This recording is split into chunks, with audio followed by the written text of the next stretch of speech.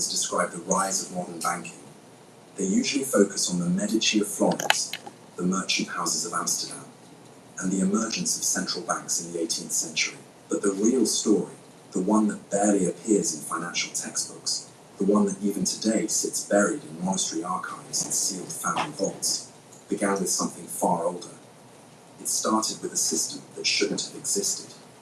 In 1743, a young man named Mayer Amschel Rothschild was born in Frankfurt, Germany. By the time of his death in 1812, his family controlled the largest banking network in Europe. The official story is that he built this empire from nothing, a poor Jewish merchant who became a financial genius. But the documents tell a different story. Rothschild didn't build a banking system. He took over one that already existed, a system that spanned from Portugal to China. A system with branches in cities that weren't supposed to have sophisticated finance. A system whose records predate the supposed invention of modern banking by centuries. The Tartarian banking network. And when the takeover was complete, every trace of the original system was erased from history. The first evidence comes from the architecture itself. In cities across Europe and Asia, buildings that are now identified as banks, courthouses, and government offices share distinctive features. Ornate facades with specific symbolic elements, pillars, domes, and geometric patterns that repeat across cultures and continents. Interior layouts that are remarkably similar, despite being in different countries with different architectural traditions. Basement vaults that extend far deeper than the building's official construction dates would suggest. And most significantly, buildings that local histories claim were constructed in the 1800s, but which appear in paintings and maps from centuries earlier. The Rothschild banking houses occupy many of these buildings. In Frankfurt, in London, in Paris, in Vienna, in Naples. Buildings that the Rothschilds supposedly commissioned. But the architectural evidence suggests these buildings existed before the Rothschilds arrived. They didn't build their empire. They moved into one that was already there. The Tartarian banking system operated on principles that modern finance has only recently rediscovered. Documents recovered from a sealed archive in the Ural Mountains describe a network of value houses that operated across the old world before the current historical era. Give me some likes, I appreciate it. These value houses functioned as banks, but with significant differences from modern institutions. They issued standardized certificates backed by physical commodities, gold, silver, grain, and other tangible goods. They maintained a communication network that allowed value to be transferred across thousands of miles within days, a capability that supposedly didn't exist until the telegraph. They operated on a system of mutual trust between houses, with complex protocols for verification and dispute resolution, and they charged no interest. The Tartarian system was based on transaction fees and commodity storage, not usury. This is significant. When the Rothschilds took over, the first thing they changed was the introduction of interest-bearing debt, the foundation of modern banking, the mechanism that has transferred wealth from populations to banking families for 3 centuries. The takeover began in the 1760s. Mayer Amschel Rothschild, working as a dealer in rare coins and antiquities, came into contact with documents describing the old banking network. The official history says he learned banking through his work with the House of Oppenheimer, but private correspondence that surfaced briefly in a 1923 auction suggests something different. A letter, allegedly from Rothschild to his son Nathan, contains this passage. The old system remains intact beneath the surface. Its houses still stand. Its vaults still hold their contents. What is needed is not construction, but occupation. The families who operated it are scattered or eliminated. The infrastructure awaits new masters. The old system remains intact. The families who operated it are scattered or eliminated. The infrastructure awaits new masters. This letter was purchased at auction by an anonymous buyer. It has not been seen publicly since, but the description matches what happened. The Rothschilds didn't slowly build a banking network over decades. They rapidly expanded across Europe in a single generation, establishing major houses in 5 capitals simultaneously: Frankfurt, London, Paris, Vienna, Naples. Each house was run by one of Mayor's 5 sons. Each house occupied buildings that the architectural evidence suggests already existed. Each house immediately had access to sophisticated financial infrastructure that would have taken decades to develop from scratch. They didn't build the network, they inherited it. Or more accurately, they seized it. The original operators of the Tartarian banking system were known in the old documents as the Keepers. The Ural Mountain archives describe them as a hereditary class, trained from birth in the management of value and the protocols of transfer. They maintained neutrality in political conflicts. They served all parties equally. They preserved their knowledge through family lines that stretched back centuries. And then, between 1760 and 1815, they disappeared. Not gradually, not through natural decline. They vanished from the historical record within a single generation, the same generation when the Rothschild network emerged. What happened to the Keepers? The documents don't say explicitly, but they contain references to the displacement and the transfer of authority. The displacement, a coordinated removal of one banking class and its replacement by another. Before we go deeper into these findings, before we analyse the financial mechanisms, the architectural evidence, the documentary trail, and the deeper questions about who controlled global finance before the modern era, if you're interested in these kinds of investigations, make sure you're subscribed. It helps support the research and lets me continue these long-form deep dives. Thank you. Now, as we move into the next section, we'll examine what the Tartarian banking system actually looked like and why it was replaced by something fundamentally different. The Tartarian system was decentralized. Each value house operated independently, connected to others through protocols rather than hierarchy. There was no central bank, no single point of control, no institution that could dictate terms to governments. The Rothschild system was the opposite, centralized, hierarchical, designed to concentrate control in a single family network. The 5 Rothschild houses didn't compete with each other. They coordinated. They shared information across borders. They moved capital in concert. They presented a unified front to governments and institutions. This gave them unprecedented power. A king who defied one Rothschild house faced all 5. A government that couldn't repay one loan found all lines of credit closed. A nation that threatened Rothschild interests faced a coordinated financial attack. This was not how the Tartarian system worked. The old system served commerce. It facilitated trade. It provided stability. The new system served itself. It accumulated power. It made nations dependent on debt. The transformation happened in a single generation, and no one recorded how. The interest mechanism deserves particular attention. The Tartarian system, according to the recovered documents, explicitly prohibited interest on loans. This wasn't religious prohibition, though many religions share this stance. It was practical. The documents describe interest as the extraction of value without creation, and warn that systems based on interest inevitably concentrate wealth until they collapse. The Tartarian bankers understood compound interest. They understood that any system allowing perpetual interest accumulation would eventually transfer all wealth to the lenders. They designed their system to prevent this. Storage fees for deposited commodities, transaction fees for value transfers, service fees for document verification. These fees were capped. They were proportional to actual services rendered. They could not compound. The Rothschild system removed these caps. Interest was charged on loans. Interest compounded over time. Debts grew faster than economies. Within a century, European governments owed the Rothschild network sums they could never repay. By 1815, the family financed both sides of the Napoleonic Wars. By 1850, they controlled the Bank of England's gold reserves. By 1900, their network had spawned or controlled central banks across the Western world. This was not organic growth. This was systematic extraction, built on a mechanism the previous system had explicitly forbidden. The architectural evidence becomes more significant when you examine the vaults. Modern banks require security. They build vaults. But the vaults beneath Rothschild-associated buildings are different. They're deeper than the building's official construction dates would require. They're more extensive than the bank's stated purposes would justify. And they connect.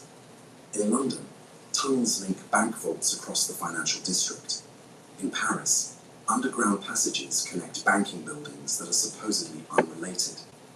In Frankfurt, the old Rothschild properties sit above a network of chambers that extend well beyond their property lines. The official explanation is that these tunnels were built for security, for moving gold without public exposure. But the construction style of the tunnels doesn't match. 19th century engineering. The stonework is older, the dimensions are larger. The Rothschild network provided it, but the terms were extraordinary. The family didn't just loan money, they demanded control. Control of central bank policies, control of government bond markets, control of gold reserves. By the time Napoleon fell, the Rothschilds didn't just finance governments, they dictated to them. And during those same wars, the last traces of the old banking families disappeared. The keepers who had maintained the Tartarian system for centuries were gone by 1815. Their records were seized, destroyed, or hidden. Their buildings were occupied by new owners. Their protocols were replaced by Rothschild procedures. A financial system that had operated for centuries was erased in a single generation. And the new masters wrote the history books. The gold question reveals another layer. The Tartarian banking system, according to the recovered documents, held vast reserves of gold and silver. These reserves backed the certificates the system issued. When the Rothschilds took over, they took the reserves too. But the amounts don't add up. The gold that appeared in Rothschild vaults after 1815 far exceeded what could have been accumulated through their known commercial activities. Nathan Rothschild's famous manipulation of the London Stock Exchange after Waterloo, buying while others sold, having received early news of Napoleon's defeat, made him wealthy, but not wealthy enough to explain the reserves. The gold came from somewhere else. The Tartarian vaults, taken during the displacement, held in the same underground chambers the old system had built, claimed as Rothschild property with no record of how it was acquired. This is why the family's early history is so poorly documented. This is why genealogical records before Mayor Amschel are suspiciously thin.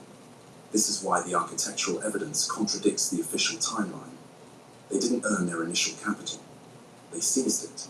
From a system they then erased from history. The implications extend beyond finance.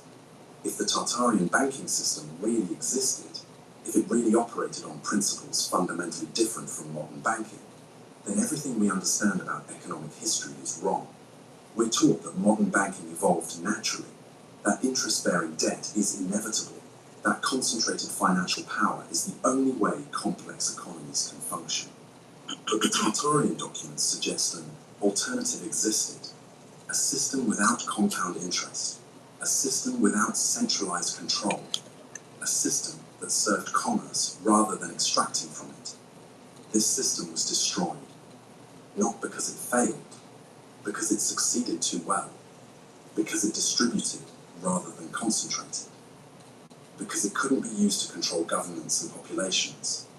The Rothschilds didn't improve banking, they corrupted it. They replaced a system designed for stability with one designed for extraction, and they've controlled the narrative ever since. The modern banking system is the Rothschild system. Central banks, compound interest, debt-based currency, concentrated control. Every element can be traced to the changes implemented after the displacement. The Federal Reserve, the Bank of England, the European Central Bank, all built on Rothschild principles, all operating on mechanisms the Tartarian system explicitly prohibited, all concentrating wealth in ways the old documents warned would lead to collapse. We're living in the late stages of that extraction. Government debts that can never be repaid, wealth inequality that exceeds any previous era, financial systems so complex that no one outside the controlling families truly understands them. This isn't an accident. This is the design. a design implemented when the Tartarian system was destroyed and replaced, a design that has operated for 3 centuries, a design that enriches a few families at the expense of nations. The documents that reveal this history are scattered and suppressed. The Ural Mountain archives were partially destroyed in the Soviet era. The 1923 auction letter has never resurfaced. The architectural studies that reveal the true age of banking buildings are dismissed as conspiracy theory. But fragments survive in family collections that have kept records for generations, in monastery libraries that preserved what secular authorities tried to destroy, in the buildings themselves, whose stones tell a different story than the plaques on their walls. The truth is there for those who look. A banking system that predated the Rothschilds, a takeover that happened in a single generation, an erasure that removed centuries of financial history, and a family that still controls the mechanisms of global finance, still operating the system they seized 250 years ago, still extracting wealth through compound interest, still writing the histories that hide their origins. This concludes the documentary, but the investigation has only just begun. The Tartarian banking system existed. The Rothschild takeover happened. The keepers were displaced. The interest mechanism was installed. And everything that followed, the central banks, the national debts, the financial crises, the concentration of wealth, flows from that moment. Something out of place, something out of time. The old system is gone. The evidence remains.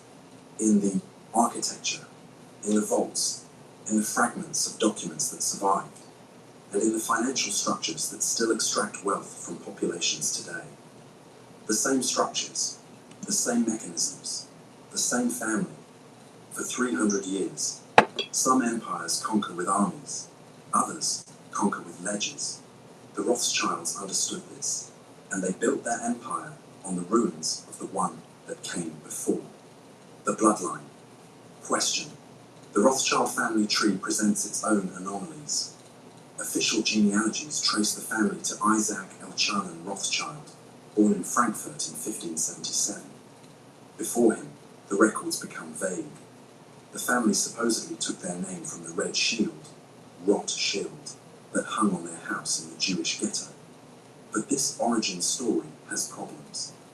The red shield symbol appears on buildings across Europe and Asia that predate the Frankfurt ghetto by centuries. The same heraldic device, the same proportions, the same placement. In Tartarian architectural studies, the red shield is identified as a marker, a symbol used by the old banking houses to identify their properties. The Rothschilds didn't create this symbol, they adopted it, or more precisely, they were given it. Some researchers believe the Rothschild family didn't emerge from the Frankfurt ghetto at all.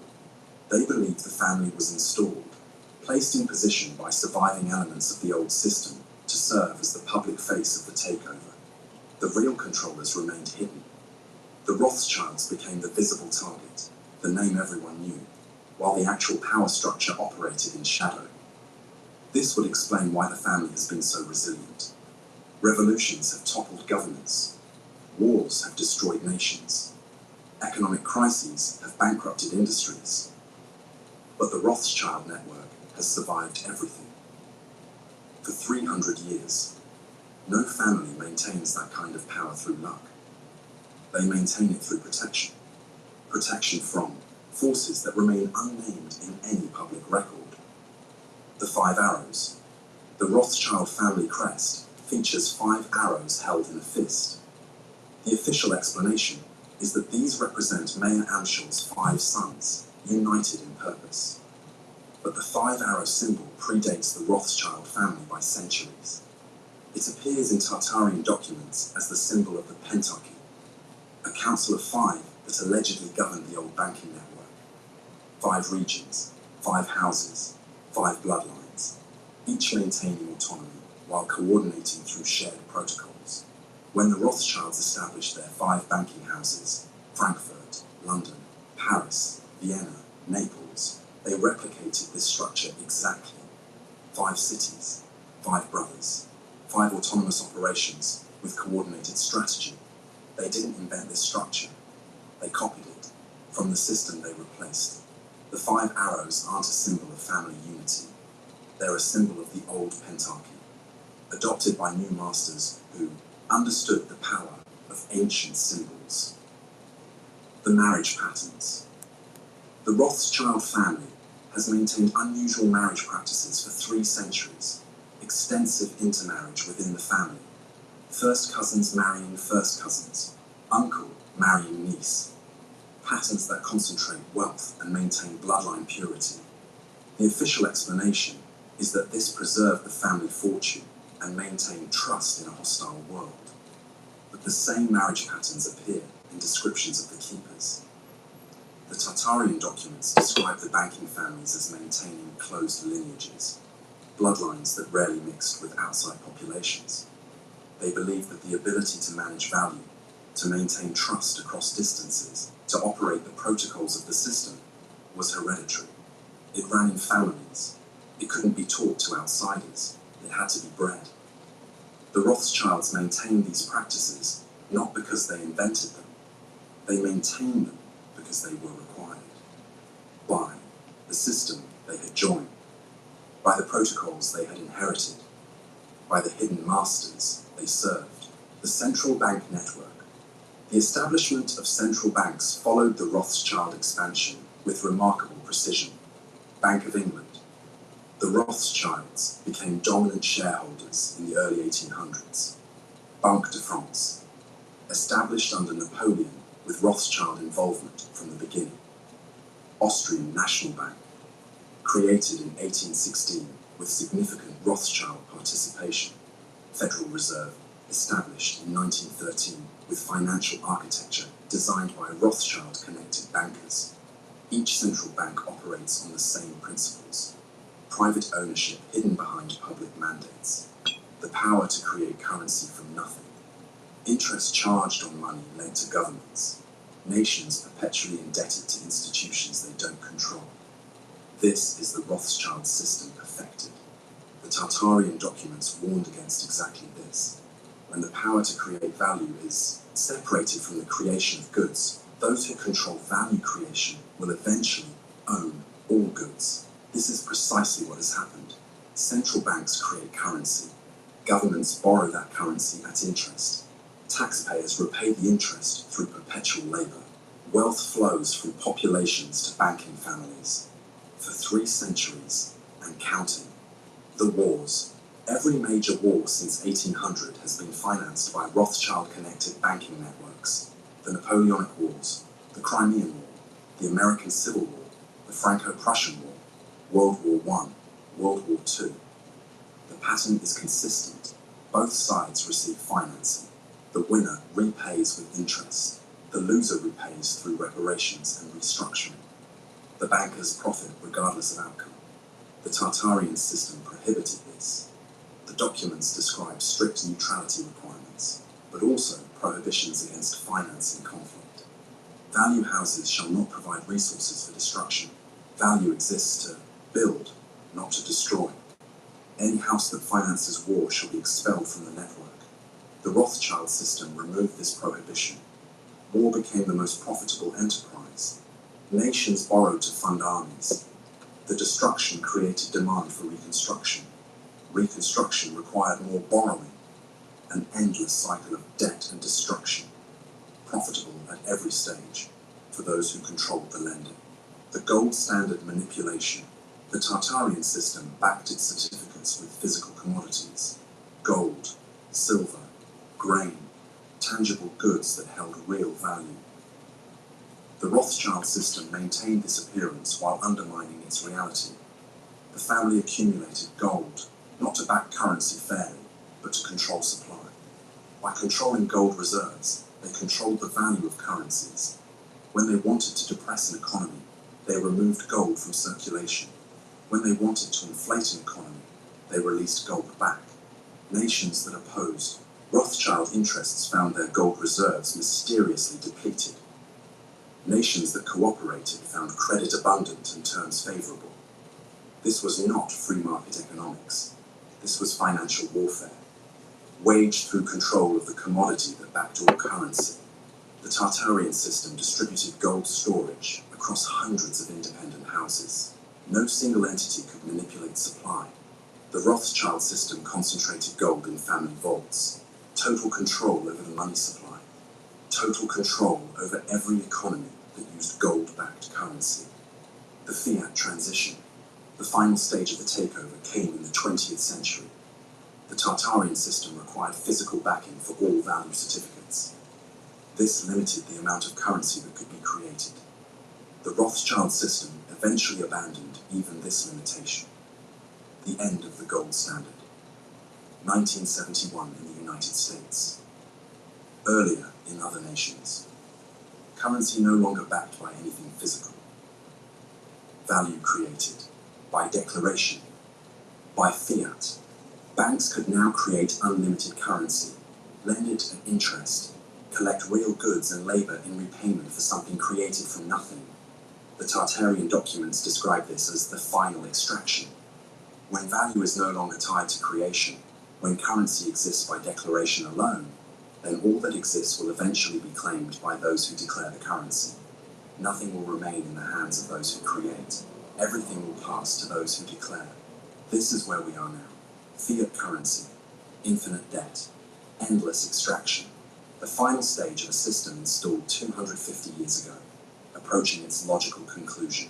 The digital transition. The next phase is already underway. Central bank digital currencies, CBDCs.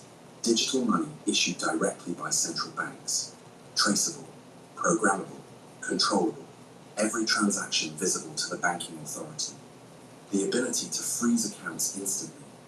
The ability to program money, to expire, forcing spending. The ability to restrict purchases, certain goods blocked for certain people. Total financial control. The Tartarian system was designed to prevent exactly this. Physical certificates, bearer instruments, private transactions. The system preserved anonymity and individual control. The Rothschild system has progressively eliminated both, from gold to paper to digital, each step removing individual control, each step increasing central authority, each step approaching total dominance. CBDCs are the final step. When all money is digital, when all transactions are tracked, when all accounts can be frozen, the extraction will be complete. Everything will belong to those who control the ledger. Nothing will remain for those who labor. The resistance. Not everyone accepted the Rothschild takeover. Throughout the 19th and 20th centuries, leaders who challenged the banking system met consistent fates. Andrew Jackson, who destroyed the Second Bank of the United States, survived assassination attempt. Abraham Lincoln, who issued greenbacks instead of borrowing from banks, assassinated. James Garfield, who spoke against banking monopolies, assassinated. William McKinley, who maintained gold standard against banking interests, assassinated. John F. Kennedy, who issued silver certificates bypassing the Federal Reserve, assassinated. The pattern is difficult to ignore. Leaders who cooperated with the banking system remained in power. Leaders who challenged it were removed. The Tartarian documents describe similar patterns in the Old World. Those who threaten the value network will be removed. The network protects itself. No king is above the ledger. No emperor is beyond the account. The same mechanism, the same enforcement, different names, different centuries, same system. The families. Today, the Rothschild family remains active in global finance. They prefer privacy now. Their direct holdings are obscured behind layers of corporations, foundations, and trusts. But their influence continues. Investment banks, asset management, commodity trading, wine, art. Their estimated wealth is unknowable, deliberately so. Forbes and Bloomberg cannot track assets hidden in family offices and private holdings. Estimates range from billions to trillions. No one outside the family knows the true figure. And the family isn't talking. What is known, the same financial mechanisms installed in the 1800s continue to operate. Central banks still create currency and lend at interest. Governments still carry perpetual debt. Wealth still concentrates at the top while populations labour below. The system functions exactly as designed, extracting, accumulating, controlling, for 300 years without interruption. The buried evidence. The evidence for the Tartarian banking system remains scattered. The Ural Mountain archives were partially accessible until 1937. Then, Stalin's purges sealed what remained. The 1923 auction documents have never resurfaced. The buyer was never identified. The architectural studies that demonstrate pre-Rothschild dating of banking buildings are dismissed without examination. The family correspondence that might reveal the true nature of the takeover remains in private vaults, unavailable to researchers. But fragments continue to surface. A document here, a photograph there, a family collection that preserved what officials tried to destroy. The picture is incomplete, but it's coherent. A banking system existed before the one we know.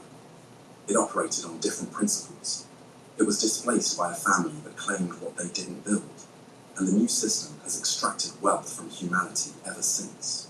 The final question, the question that haunts all of this research, is simple. Was there an alternative? Could the Tartarian system have continued? Could we have had banking without compound interest? Finance without perpetual debt? Commerce without extraction? The documents suggest yes. The system worked for centuries. It facilitated trade across continents. It maintained stability through generations. It failed only because it was destroyed. Not through competition, not through innovation, not through natural evolution, through deliberate attack. The keepers were eliminated. The infrastructure was seized. The principles were inverted. And we've lived with the consequences ever since. Inflation, debt, crisis, concentration. These aren't natural features of economics. They're designed features of the Rothschild system, a system built on the corpse of something better, something we were never supposed to know existed. Conclusion. The Tartarian banking system was real. The Rothschild takeover was real. The transformation of global finance from service to extraction was real. And the system that emerged continues to operate today, in every central bank, in every national debt, in every percentage of interest, in every foreclosure and bankruptcy and financial crisis. The same mechanism, the same beneficiaries, the same extraction. For 300 years. Something out of place, something out of time. A better system existed once. It was destroyed so that a few families could accumulate what all of humanity produced. The buildings still stand. The vaults still hold their secrets. The ledgers still extract their tribute. And somewhere, in sealed archives and private collections, the evidence waits. Evidence of what was taken. Evidence of who took it. Evidence of the world that might have been, if the keepers had survived. If the old system had continued. If finance served humanity instead of feeding on it. That world is gone now. But knowing it existed changes everything. Because what was built once can be built again. And what was taken can perhaps one day be reclaimed. This concludes the documentary, but the investigation has only just begun. The Tartarian banking system existed. The Rothschild takeover happened. The extraction continues. And the choice of what comes next belongs to those who finally understand what was done. Some empires conquer with armies. Others conquer with ledgers. The question now is whether we remain in the ledger or whether we finally close the book. This documentary presents historical analysis and alternative interpretation for educational discussion.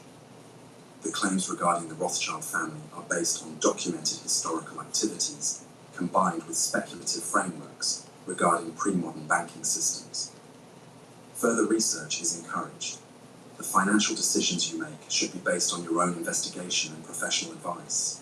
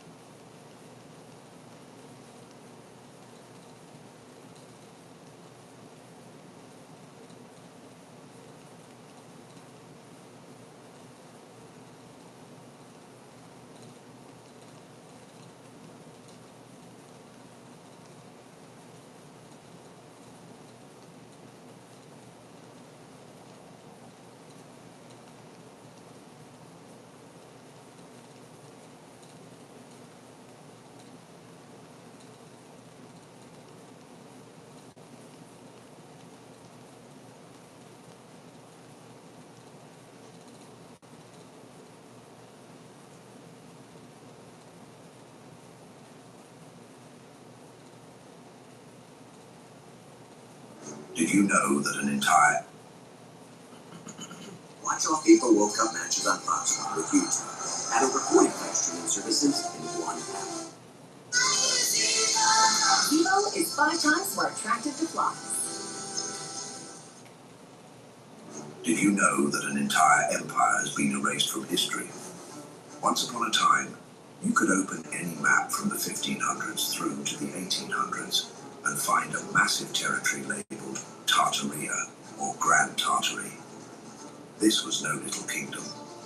We're talking about an empire that stretched from Eastern Europe across Asia. But suddenly Grand Tartary disappeared without a trace. What happened to the once magnificent civilization? Did they disappear naturally, or is there more to the sudden vanishing? We will find out together in this new episode of Secret Origins. Welcome. Before we dive into the conspiracy, let's start with the most undeniable evidence of all, the maps. Take a look at maps from the 1500s to 1800s. For over 3 centuries, European cartographers showed a vast region called Tartaria, or Grand Tartary. These weren't rough sketches or fantasy maps. One look and you'll see the empire dominating huge swaths of Asia, spanning from the Caspian Sea to the Pacific Ocean, and from Siberia down into Central Asia. Some maps even show independent Tartary, Chinese Tartary, and Russian Tartary. This suggests not just one region, but multiple Tartarian territories. But here's the thing. How does a landmass this enormous just disappear? If you still wonder whether the empire did exist, you should see this. Different European nations' maps all show consistent descriptions of Tartarian territories. French maps, Dutch maps, German maps, you name it.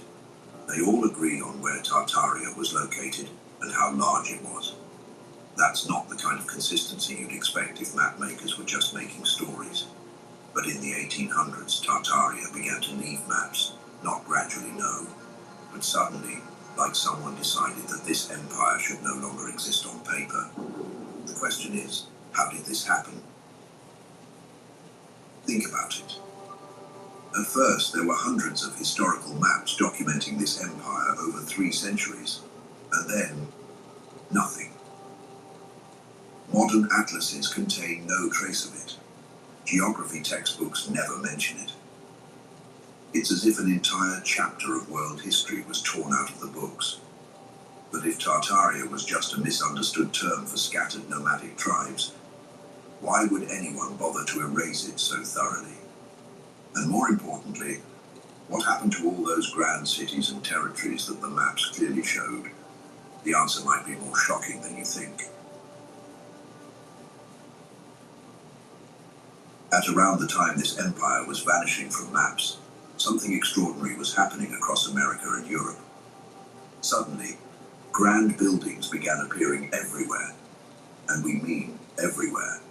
Massive structures with intricate stonework and architectural details that would challenge modern engineers. Government buildings, train stations, exhibition halls, and even entire city centers. What's more, they were constructed with speed during the late 1800s to early 1900s. The big question is, who gave the engineers such advanced knowledge? Before we answer that, there's a problem. The timeline doesn't add up.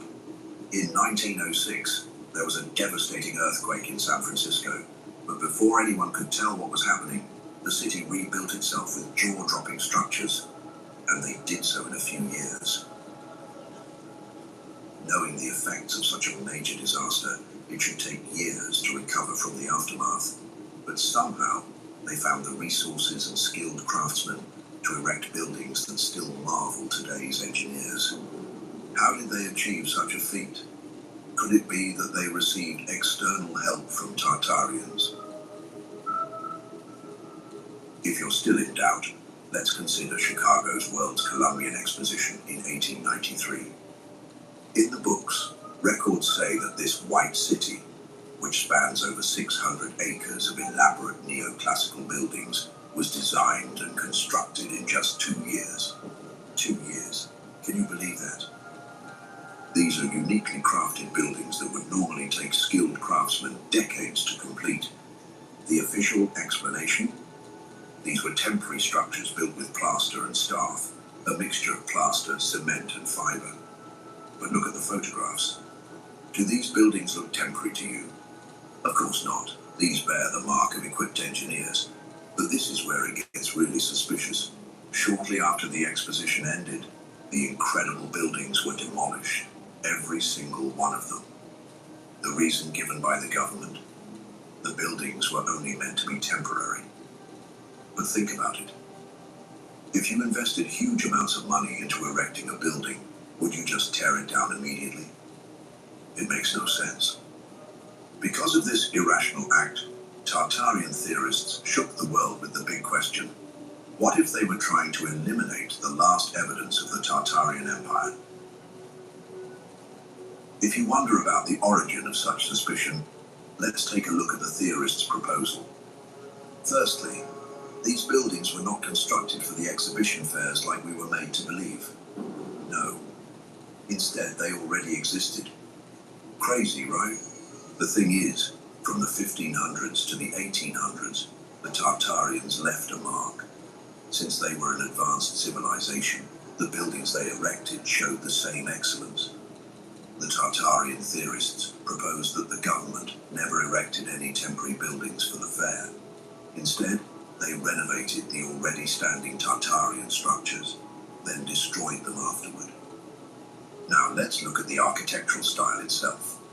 These buildings shared remarkably similar design elements no matter where they were built. The same classical columns, the same ornate domes, the same precise stonework. Whether you were looking at a building in Chicago, San Francisco, or St. Petersburg, Russia, they all looked similar. How do you explain that level of consistency across different nations, different construction crews, and different periods, unless they weren't built by different people at all? Still, you won't believe the next card played by Tartarian theorists. They proposed a staggering idea that the architectural evidence goes even deeper than the world's fairs. Perhaps the Tartarian Empire didn't just disappear, it was buried. A walk through any major city built before 1900, and you'll notice something strange.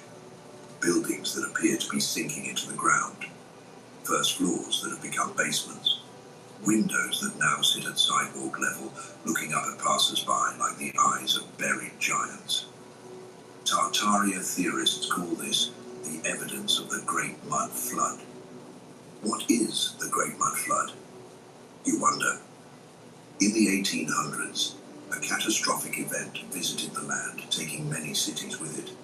This includes hundreds of Tartarian cities getting lost under layers of mud and debris. According to the Great Mud Flood theory, a massive geological disaster struck the planet, destroying the advanced Tartarian civilization and leaving only the upper floors of their buildings visible. But where is the evidence that this tragedy ever happened? Their response. The evidence is everywhere. In Seattle, entire blocks of buildings show their original ground floors buried beneath modern street level. The famous Seattle Underground isn't just a random tourist attraction. It's proof that the city was once built on a completely different ground level. And guess what? It's not just in Seattle.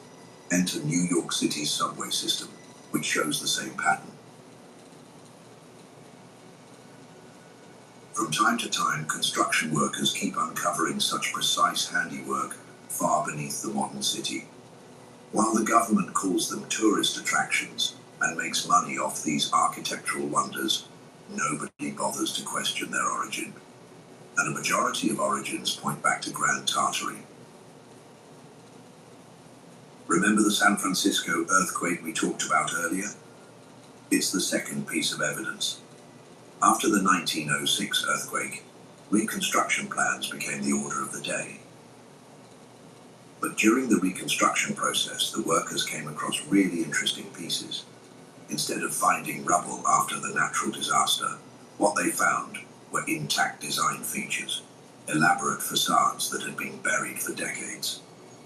Since this coincides with the period when the Tartarian Empire disappeared, historians wonder, did these architectural pieces come from Grand Tartary? As a counter, mainstream historians offer a simpler explanation for the Great Mud Flood. Their name for it: urban development. They argue that street levels naturally rise over time as new construction builds upon old foundations. Roads get paved and repaved, raising the ground level. Buildings get renovated, with new entrances built at the current street level. But is this really the case? Of course, Tartarian researchers argue this explanation doesn't fully account for their observations, especially since we're not talking about a few inches or even a few feet of gradual change. Entire floors appear to have been buried beneath the modern ground level. What could have caused this, if not the Great Mud Flood?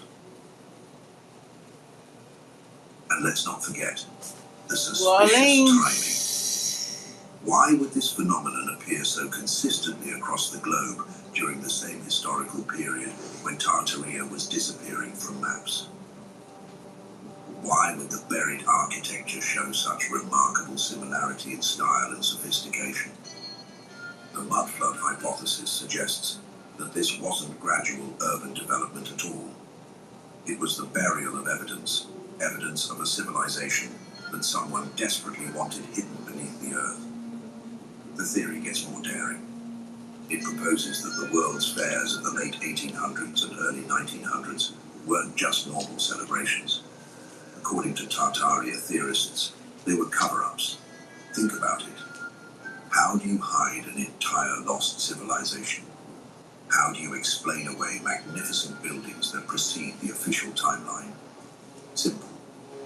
Claim you built them yourself, show them off to the world, and then destroy the evidence.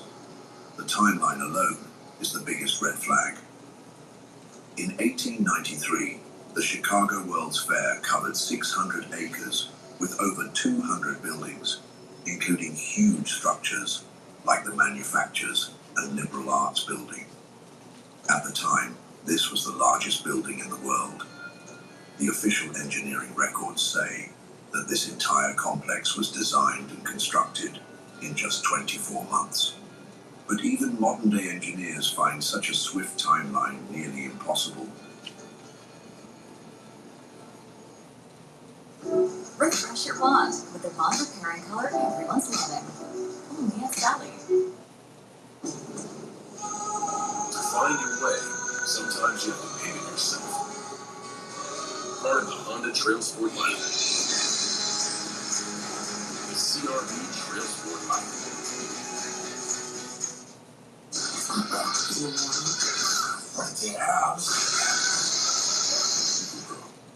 Nothing wrong with seeing the world through ruby-colored Transitions Janus lenses. Get your own pair at transitions.com. Welcome to Refresherland. Kick back with black cherries, bold and tart, or pink pineapple. Before you agree, let's break down what that would require. The Manufactures building alone covered 44 acres under a single roof. Its central hall could have fit the US Capitol, the Great Pyramid of Giza, Winchester Cathedral, Madison Square Garden, and St. Paul's Cathedral, all at the same time, with room to spare. Can you imagine that?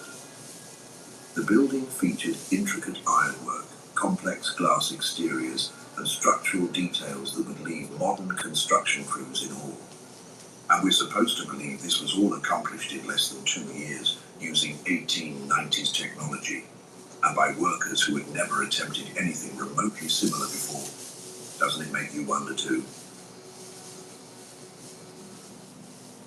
The 1915 Panama Pacific International Exposition in San Francisco presents an even more impossible timeline. Just 9 years after the devastating 1906 earthquake had reduced much of the city to rubble, San Francisco allegedly constructed an elaborate fairground. This fairground featured the magnificent Palace of Fine Arts and dozens of other engineering wonders. The official story tells us that these structures were built specifically for the exposition using temporary materials. But examine the photographs closely. Does this look like temporary architecture to you? It It does not. But this is where they forgot to clear their tracks. Despite the scale and supposed temporary nature of these structures, very few detailed construction photographs exist. We have plenty of images of the finished buildings and their demolition, but remarkably little documentation of the actual construction process. Why is this so? If not because there wasn't any construction to document. If that made you stop in your tracks, this next Tartarian excellence will amaze you. Do you know star forts? They are unique geometric structures with precise angular shapes that appear in many places in the world. Europe, North America, and Asia, you name it. Tartaria researchers point to the mysterious star forts found across the globe. They suggest that the origin is Grand Tartary. Don't take a deep breath yet. While counter-historians classify them as military fortifications designed to withstand cannon fire, the other side says otherwise. One look at their geometric precision, and you'll notice that it doesn't fit the military explanation. The structures of the star forts follow mathematical principles that seem more suited to energy manipulation than defense. The angles, the proportions, the positioning. Everything about star forts screams they were designed according to principles of resonance and electromagnetic field manipulation.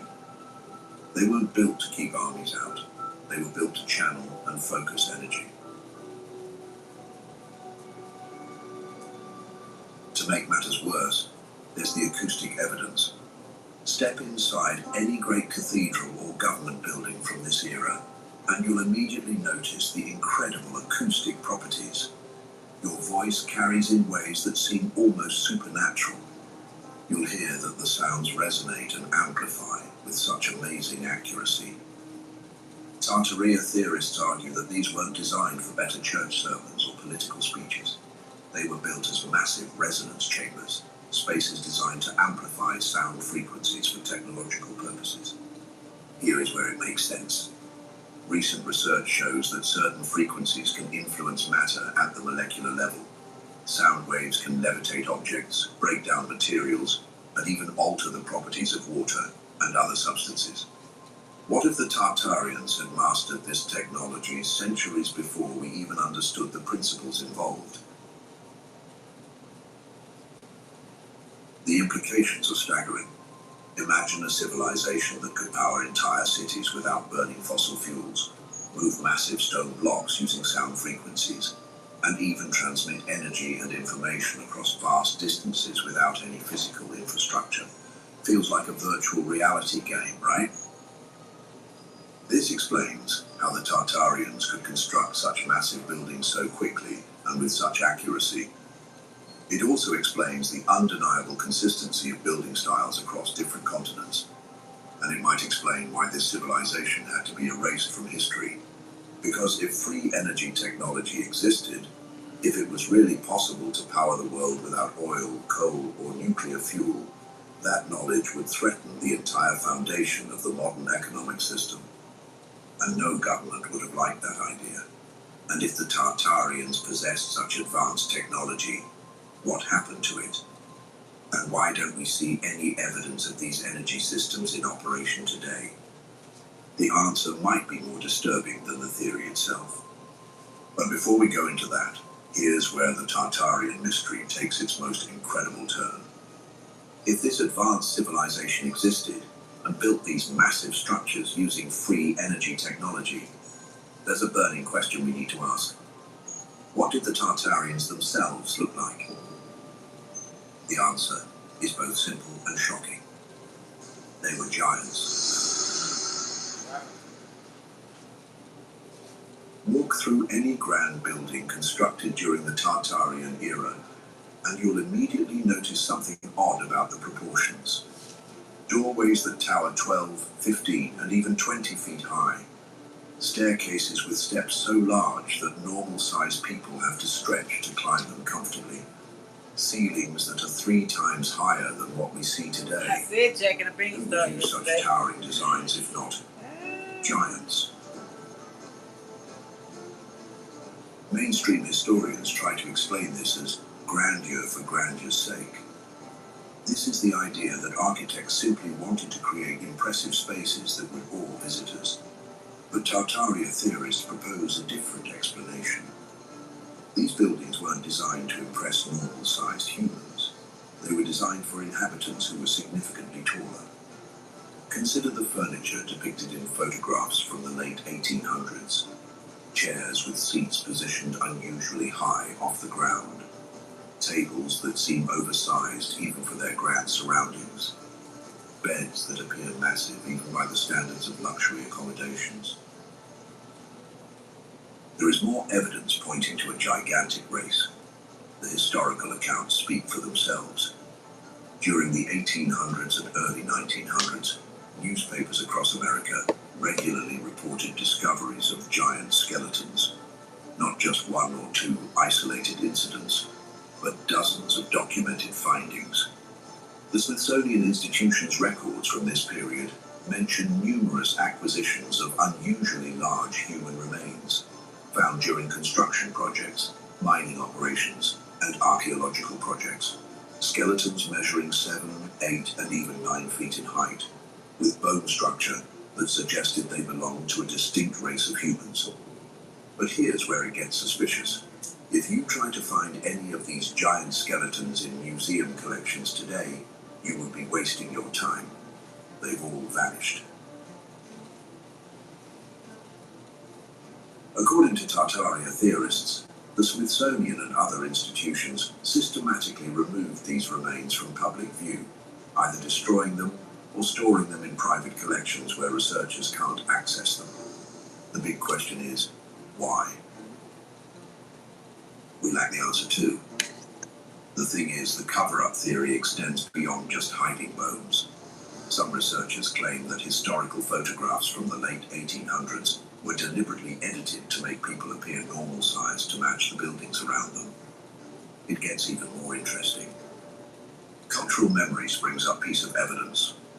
Nearly every ancient civilization has legends of giants, beings who were larger and more powerful than ordinary humans. Greek mythology speaks of titans. The Bible mentions Nephilim. Norse legends describe enormous warriors. Native American tribes across the continent have stories of giant races that once inhabited their lands. What if these weren't just myths and legends? What if they were cultural memories of actual encounters with a race of giant humans, the Tartarians themselves?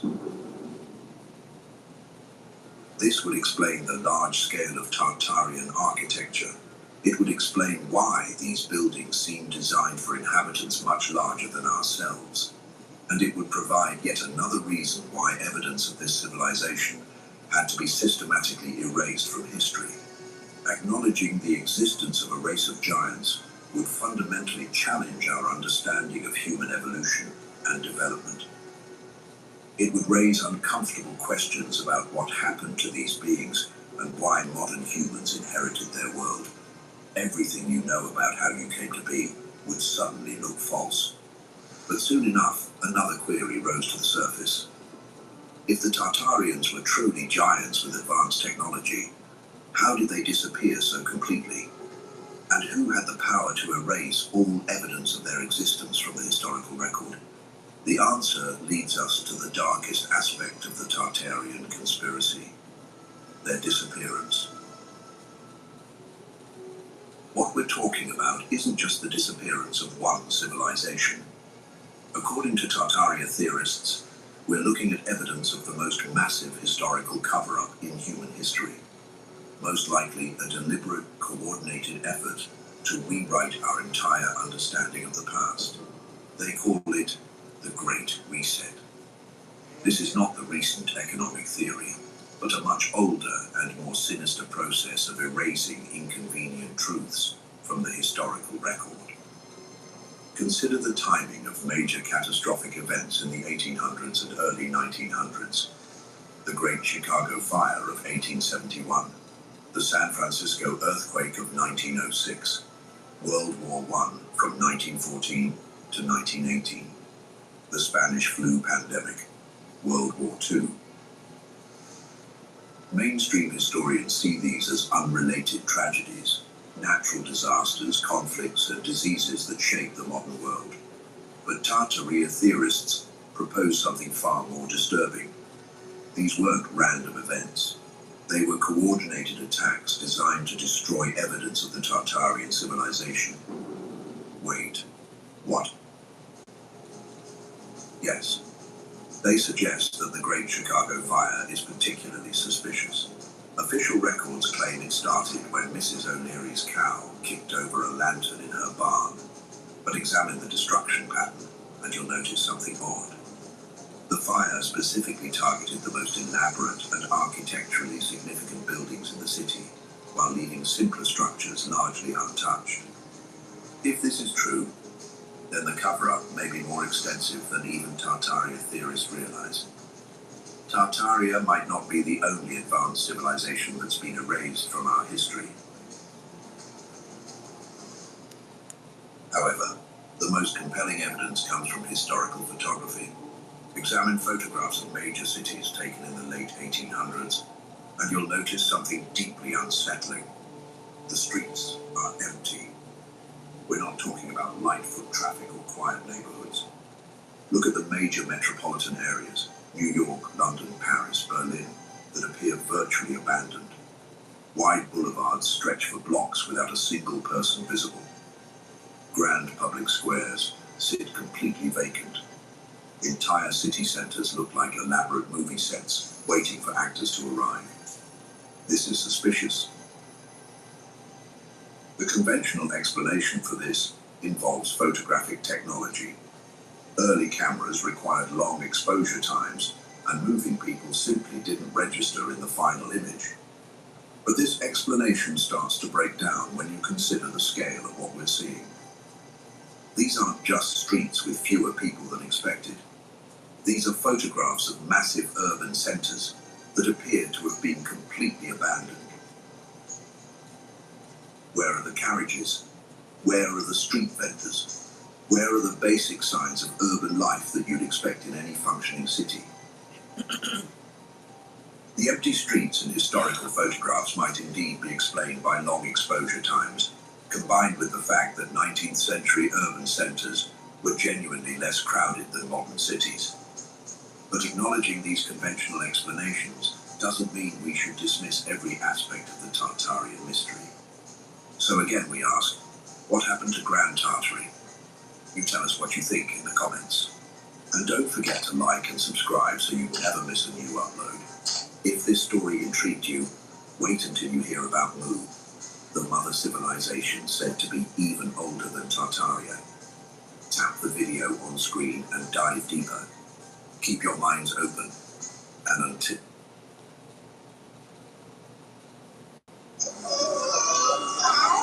Give Mom a second, okay? I talk about Moo all the time. I know.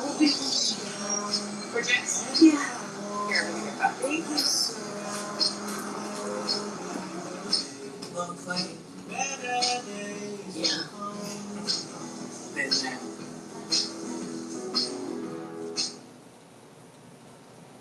Do you know that you are not entirely human?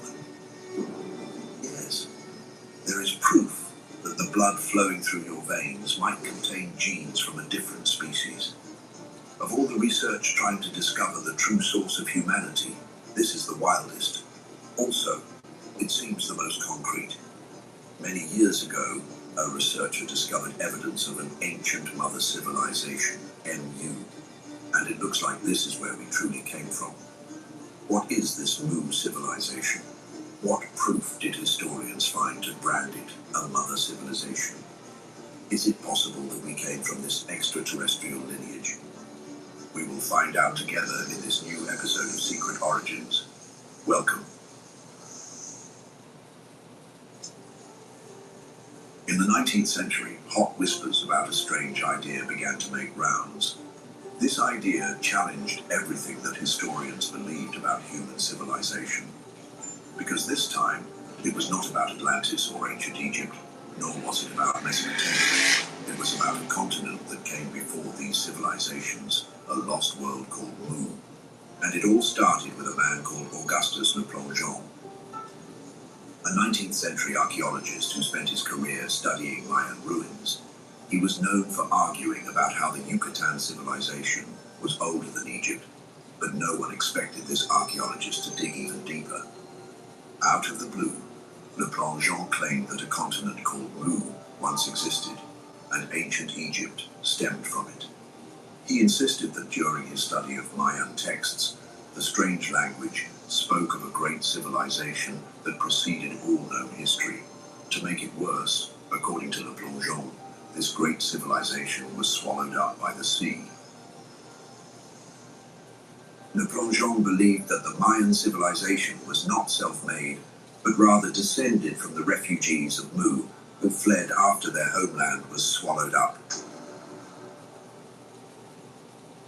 However, his ideology was too radical to pursue. He could not say where this civilization once existed or what could have happened to them. And if they did exist, where was the proof of their existence? Because Le Plongeon lacked substantial proof of his belief, the whispers of Mu were soon swept under the carpet. This was until it intrigued one man, James Churchward. Suddenly, the rejected idea rose to the surface again.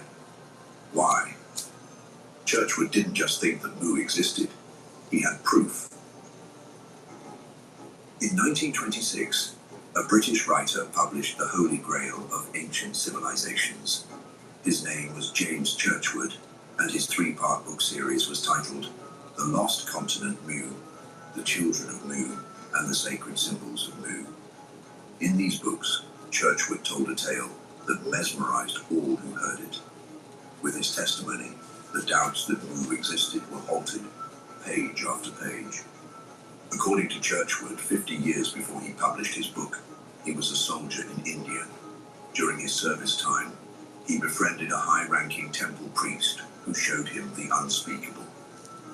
That fateful day, Churchward said he was having a friendly chat with his priest friend when the conversation turned serious. The temple priest had something to show the officer, and it was unlike anything Churchward had ever seen. The priest brought out stone tablets that looked old. On these tablets there were written messages in a language that was too complex for Churchward to decipher. According to Churchward, the tablets were sunburnt, and although they looked like stone on the outside, they were built with clay. The language in the tablets was called the Naga Maya language. This was a long-lost language understood by only 2 other people in India at the time. But Churchward was interested in interpreting the message on these tablets, so he made a deal with the priest. Teach me the dead language, and I will restore and store the tablets for you. At the time, James Churchward was also known for properly storing ancient artifacts. This seemed like a good bargain to his friend, the priest, and once this deal was settled, Churchward began a difficult journey to unravel what was written on the stone tablets. When he did understand them, he wrote in his book that the tablets originated from the place where man first appeared, Mu. But that was not all. The world was not ready for the detailed description that would emerge from Churchward's understanding of the Naga Maya language on the tablets. The story on the tablets kicks off with the creation of planet Earth Mu and the superior human civilization that lived within. The people of Mu were called the Naka, and of course, Churchward had a vivid description of their existence. According to the writer, Mu was a continent that flourished between 50,000 and 12,000 years ago as a real world. In his words, Mu was dominated by a black race and was superior in many respects to our own. As if to further shock his audience, Churchward noted that Mu had over 64 million inhabitants, 7 major cities, and colonies on other continents. He explained how the 64 million people of the lost continent were divided into 10 tribes, but they followed a single government and had a single religion. But let's move forward to the big question. Where was Mu located? In the Pacific Ocean. You heard that right. Churchwood revealed that the land of Mu was located in the Pacific Ocean, and it stretched east-west from the Marianas to Easter Island, and north to south from Hawaii to Mangaia. Not only did it spread across such vast land, but it was deduced by historians to be bigger than South America. Mu was that large, a continent. But it also begs the question, what was within this lost continent? Aside from the Nacal inhabitants within, this continent brimmed with natural life. Churchwood recalled that the continent was a beautiful one with vast rivers, massive hills, and gorgeous plains.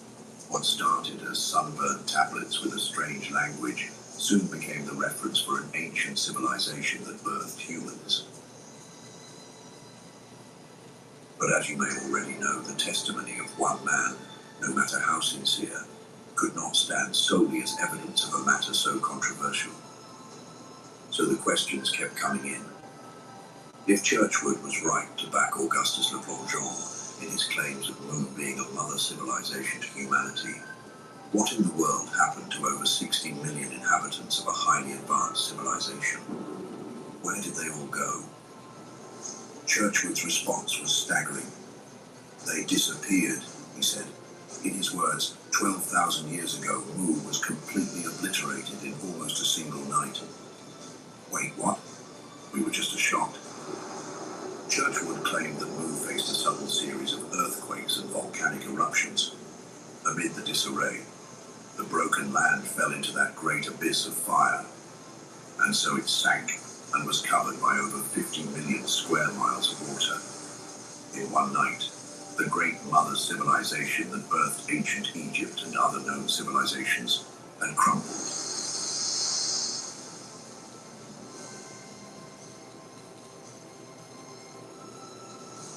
But the more Churchwood explained, the more implausible his cause sounded. If he did read about the Mu from the tablets handed over by the Indian priest, where did the tablets go? Could they have been hidden away? Or did Churchwood invent the whole story? Before you believe the latter, hold on. When everyone least expected it, more testimonies about Mu began to surface. One such remarkable testimonial was from the infamous mineralogist and archaeologist William Niven. Born in 1850, Niven lived to discover hidden minerals and stuck away tablets. In 1921, Niven discovered the first of over 100 tablets while digging in San Miguel Amantla. On these tablets were texts in languages too complex to understand, but to the shock of many, one man could interpret them: James Churchwood. Churchwood claimed that the language resembled the one he initially learned from his priest friend in India. This led many to wonder, what if the Niven tablets were also written by descendants of the Mu civilization? Churchwood confirmed that the text was similar to the Naga Maya language, but the ancient stones were not the only proof that Churchwood had. When it comes to proof of Mu's existence, this is only the tip of the iceberg. Do you know that there are questionable structures underneath the Pacific Ocean? Imagine taking a trip to the Pacific Island and witnessing structures too defined to be attributed to nature. This was Churchwood's next proof. The area deduced to be occupied by the Mu civilization had monuments that showed evidence of their existence. It made sense too. If Mu was real and as advanced as Churchwood believed, then its people would have left behind traces of their knowledge. And they did leave traces bold enough to let us question all we believed about the true creation of mankind. The first outstanding evidence of the mother civilization is the Moai statues of Easter Island.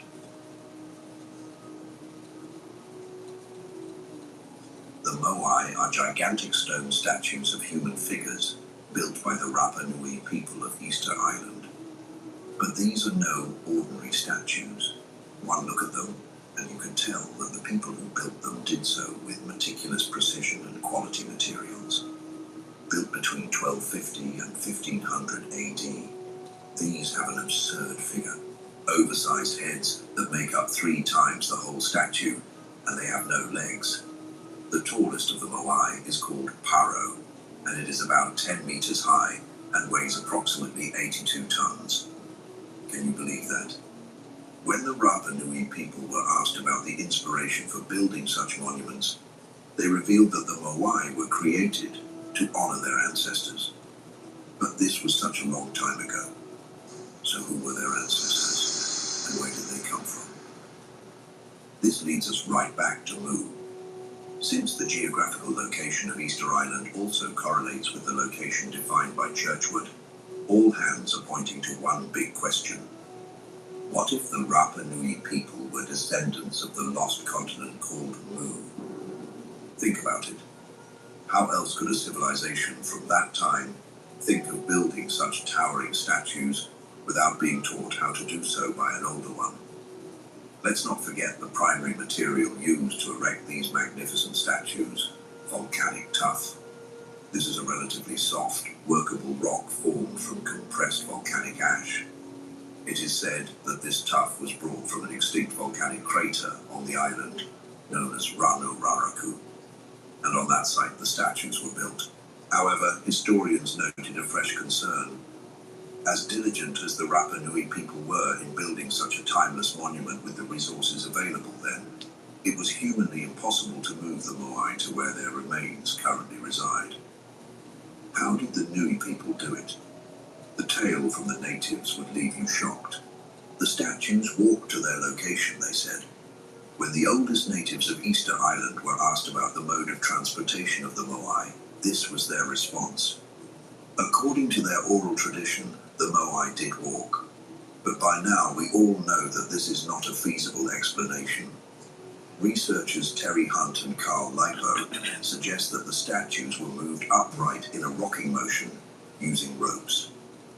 This is the closest alignment with the accounts of the islanders. Some scholars think otherwise and propose a different thought for transportation. What if the Rapa Nui used a system of logs to roll the statues to their destination? This method would have demanded lots of timber resources, but at least it was logical. The last suspected mode of transportation of these statues is the least believed, but it seems to be the one that Churchward loved the most: spiritual power. Some beliefs say that the Moai contain spiritual forces that equip the statues to move themselves to their respective destinations. Churchward supported this trail of thought as he established from his tablet findings that although he thought mankind came from Mu, the mother civilization was no ordinary civilization. But if they were not ordinary humans like us, who were they? Before we dissect that hot topic, you need to see further proof that will make you give the Mu civilization some extra points on your board. Aside from the legendary Moai of Easter Island, the pyramid phenomenon is a mystery that might hold clues to the mother civilization. How do you explain structures so great being built across different parts of the world in similar patterns? Many say that the pyramids were built by the Egyptians, but is that true? How come pyramids built thousands of years apart by different civilizations all follow the same principles? Take a look at the Great Pyramid of Giza. Located in Egypt, the structure is so meticulously built that scholars say it is aligned with extreme mathematical precision. Now, look at the pyramids of Teotihuacan in Mexico. They share similar designs despite being built thousands of years later. But this is the least cause for surprise. Have you seen the Shanxi pyramids, China? These are older than the Egyptian pyramids, yet they follow a similar geometric blueprint. This begs the question, were they truly built by different civilizations with no connection to each other? If yes, how would distant civilizations build the same structures, using the same principles, if they were completely isolated? What if the mother civilization, Mu, was the dot that connected them all? Multiple theories are rising to buttress the point. One suggests that the builders of the new continent carried this knowledge with them as they spread across the world. As they moved, they preserved their lost civilization's secrets in stone. Stone tablets like the ones discovered by James Churchward. What if Churchward was not the only one who found those tablets? Although he was audible about his findings, others may not have been. A more interesting theory suggests that these pyramids were not just tombs or temples, but energy hubs built using a form of advanced technology too complex for us to comprehend. We are gardeners. We are farmers. Bum, bum, bum, bum, bum, bum. Campers 360 has an unbeatable fit that's up to 100% leak-proof. It is time for you to invest in yourself, and there is no time to waste. I have a lot of friends who watched couples roll their dreams, and I was sitting there wishing it was me. But I knew that sooner or later it would be me. You're gonna do something with your time. If you just make that choice to go to school, you can do it, and you shouldn't wait. The right time is right now. Southern New Hampshire University can help you take the next step to your future.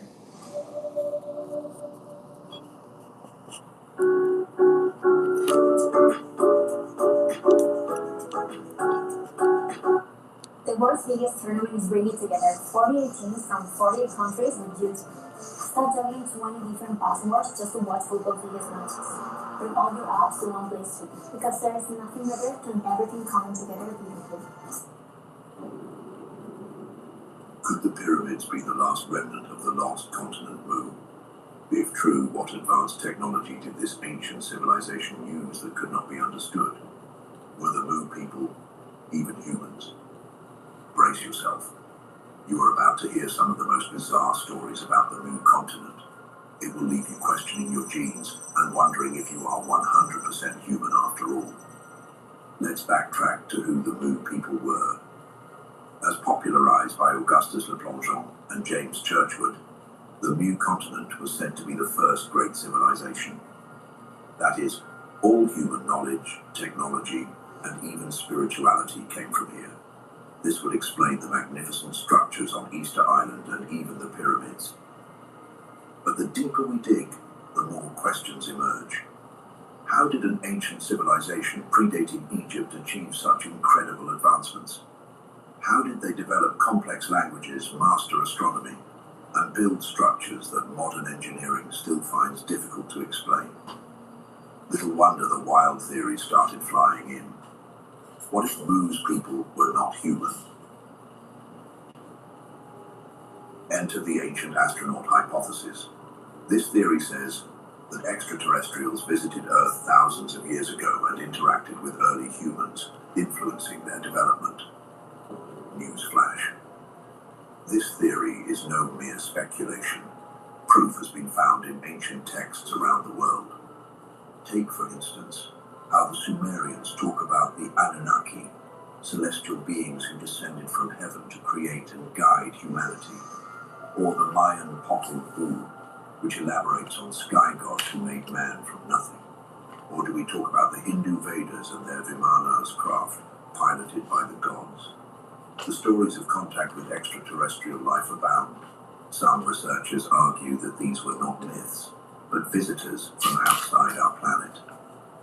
If they are correct, could Mu have been their first point of contact? The witnesses of the tablets keep saying one thing. The people of Mu were incredibly advanced. They were said to have divine rulers who were wise beings with knowledge deeper than what a primitive civilization should have possessed. Now it seems like Mu is not just home to humans, but something more. A hybrid civilization, perhaps. But if this was true on any plane, there is a horrific likelihood that awaits any human willing to explore this trail of thought. Some theories suggest that if extraterrestrials did visit Mu, they had one goal in mind: to intervene with humanity. After all, ancient texts keep making references to divine beings being the source of humanity or modifying humanity. This could have occurred through mating between extraterrestrials and the first civilizations. In this era, scientists could call such matters a total abomination because of their controversy. What if this coexistence was also an outrageous controversy back then? So much that the entire continent had to be wiped away in a single night. But who This did is where the real chaos began. It did not start with the fascinating origin of the Mu civilization or James Churchward, the first audible founder of the ancient tablets. Neither did historians make a scuffle when the Moai statues and the Great Pyramids were linked to Mu, or more shockingly, when there were theories of a possible mating between humans and aliens thousands of years ago. I think The another straw that broke the camel's extraterrestrial back was came. the sudden disappearance of Mu and its inhabitants. All other theories and propositions were tolerated as historians could not find solid proof to debunk the claims of James Churchward. However, geological findings were the core strength of historians. If there were no intellectual proof of such a civilization, surely the Earth would not lie, would it? Sadly, there is no geological evidence of a sunken continent in the Pacific, and this is how scientists concluded. Geologists argue that continents don't just sink, not especially one with over 60 million inhabitants and a thriving livelihood within. Moreover, the Pacific ocean floor has been extensively mapped. There is no evidence of a massive lost landmass beneath the waves. Even plate tectonics, which is the process by which the Earth's crust shifts, makes it impossible for a continent as large as the size of Mu to have suddenly disappeared without a trace. Then there are the Nakal tablets discovered by James Churchward. The ancient records that he claimed told the story of Mu. The problem is that no one ever saw these tablets besides Churchward. He never provided the tablets for secondary analysis. Because of this, no other researcher could confirm their existence. Without the tablets, the entire story of the Mu civilization is built on an unverified claim. But it doesn't end here. Linguists also came forward to challenge Churchward's belief that Mu was the mother civilization that influenced Egypt, Mesopotamia, and Mesoamerica. Their thoughts: what if the languages and architectural principles of these different civilizations were all developed independently? Since there is no solid linguistic or genetic evidence linking them to a shared origin in the Pacific, this looks like a sure thought. But if Mu never existed, why do so many cultures have stories of a lost homeland swallowed by the sea? Is there a loose thread in this story? Perhaps there is.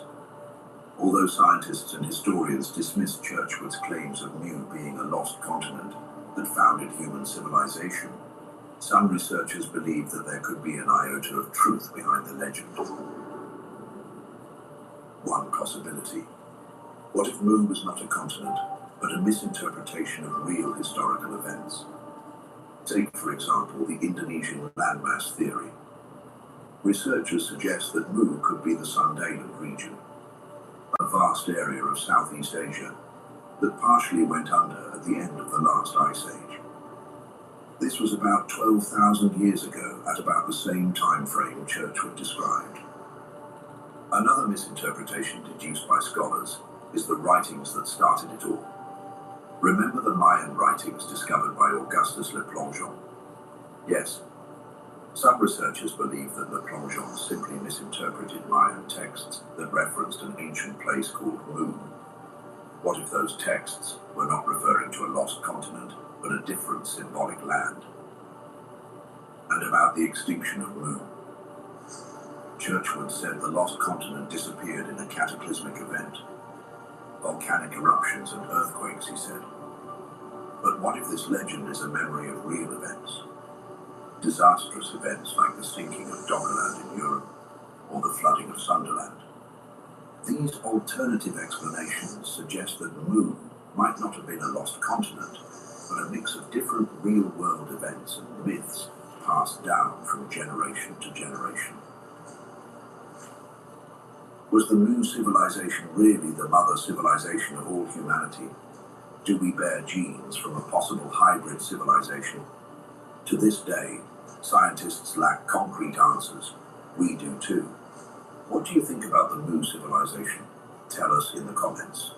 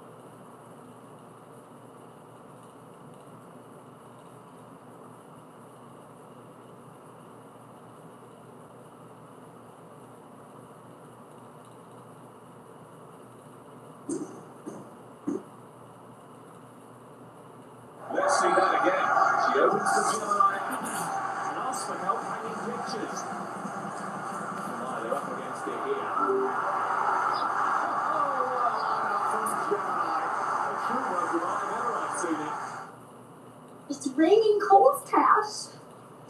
Oh, paper cut. It's okay. I still love you. Summer is looking extra green. Earn Kohl's cash on what you need. Spend it on what you want at Kohl's and Kohl's.com.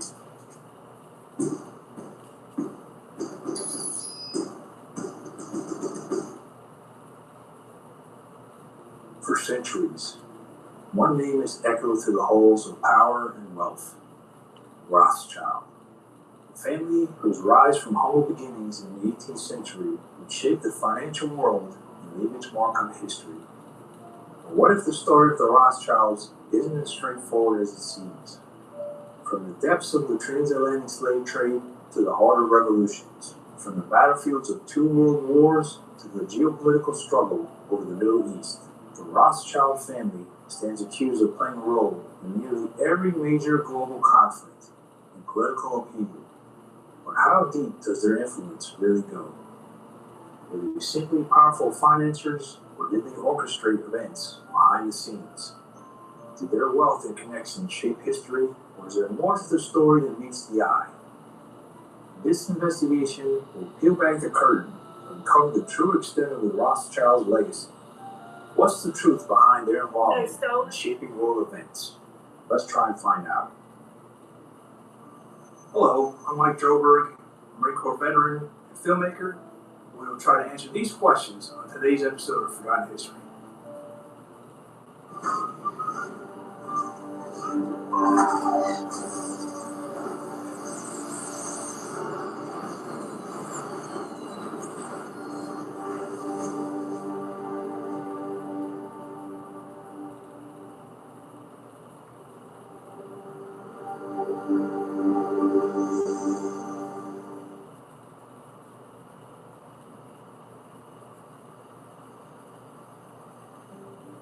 Meyer Amschel Rothschild is the first Rothschild of historical significance.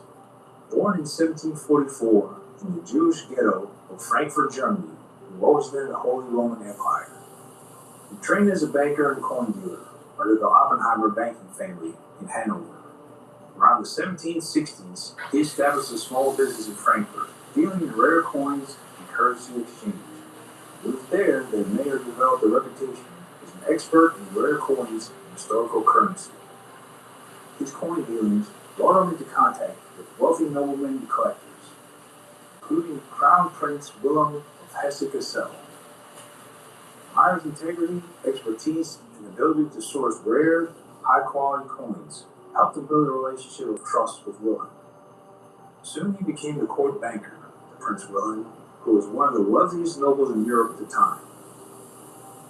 Hesse-Kassel was insanely wealthy, due in part to leasing soldiers, Hessian mercenaries, to Britain during the American Revolution.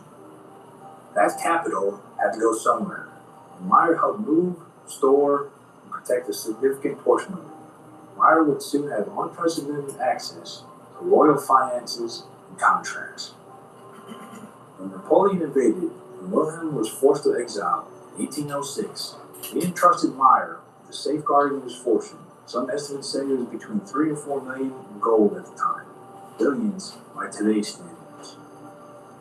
Meyer not only protected it, he invested it, growing the funds and using them to expand the Rothschilds' operation across Europe through his sons.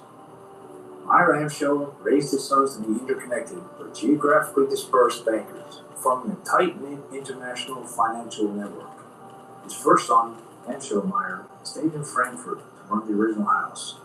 Solomon Meyer went to Vienna, Nathan Meyer London, Karl Meyer Naples, and James Meyer Paris. Each son opened a branch in a European capital, giving the Rothschilds unmatched transactional reach. But what set them apart? Well, they communicated using private couriers and coded letters, allowing near-instant updates across countries, decades ahead of other financial networks. They dealt with entire nations, not just individuals, financing armies, governments, and infrastructure. Their ability to move funds across borders faster than anyone else allowed them to outmaneuver rivals and control capital flows, especially during wars.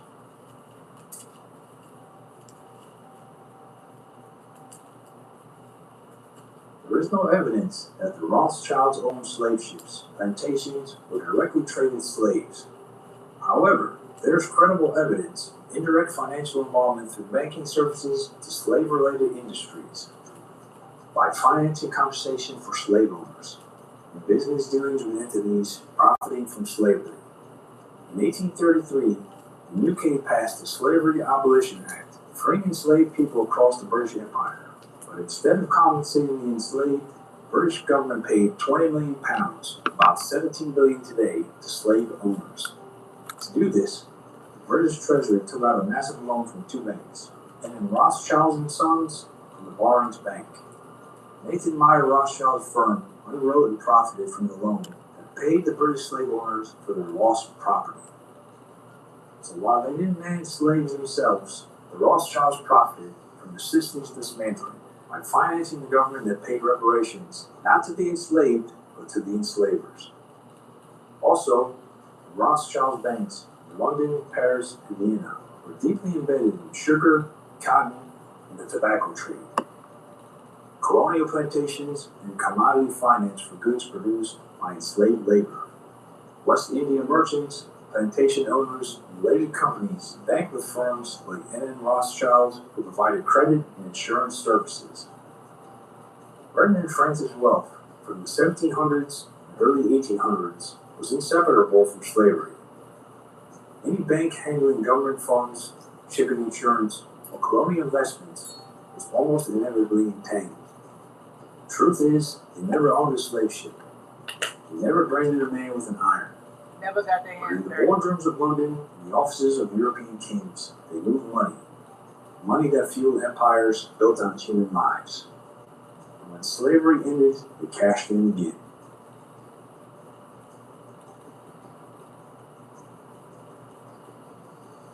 By the time World War I broke out, the Rothschilds banking dynasty was well established across Europe. Their influence was significant, but not centralized. Each branch operated independently, although they shared information and occasionally cooperated. Their power was waning compared to the 1800s, but they were still deeply embedded in government finance, infrastructure, and war bonds. In Great Britain, London Rothschild Bank had long-standing ties to the British Treasury. During World War I, they were involved in managing war debt and coordinating international loans, particularly from the United States to the UK. Rothschilds helped in organizing British war bonds, which were crucial in funding the massive military effort. Lord Rothschild was on several government advisory boards during the war. Rothschild's agents were involved in foreign currency exchanges, vital to Britain's purchasing of war materials. In France, Paris Rothschilds, under Edward Rothschild, worked closely with the Bank of France and the French government. They played a role in securing capital for the war, including helping to stabilize the franc and managing of state loans.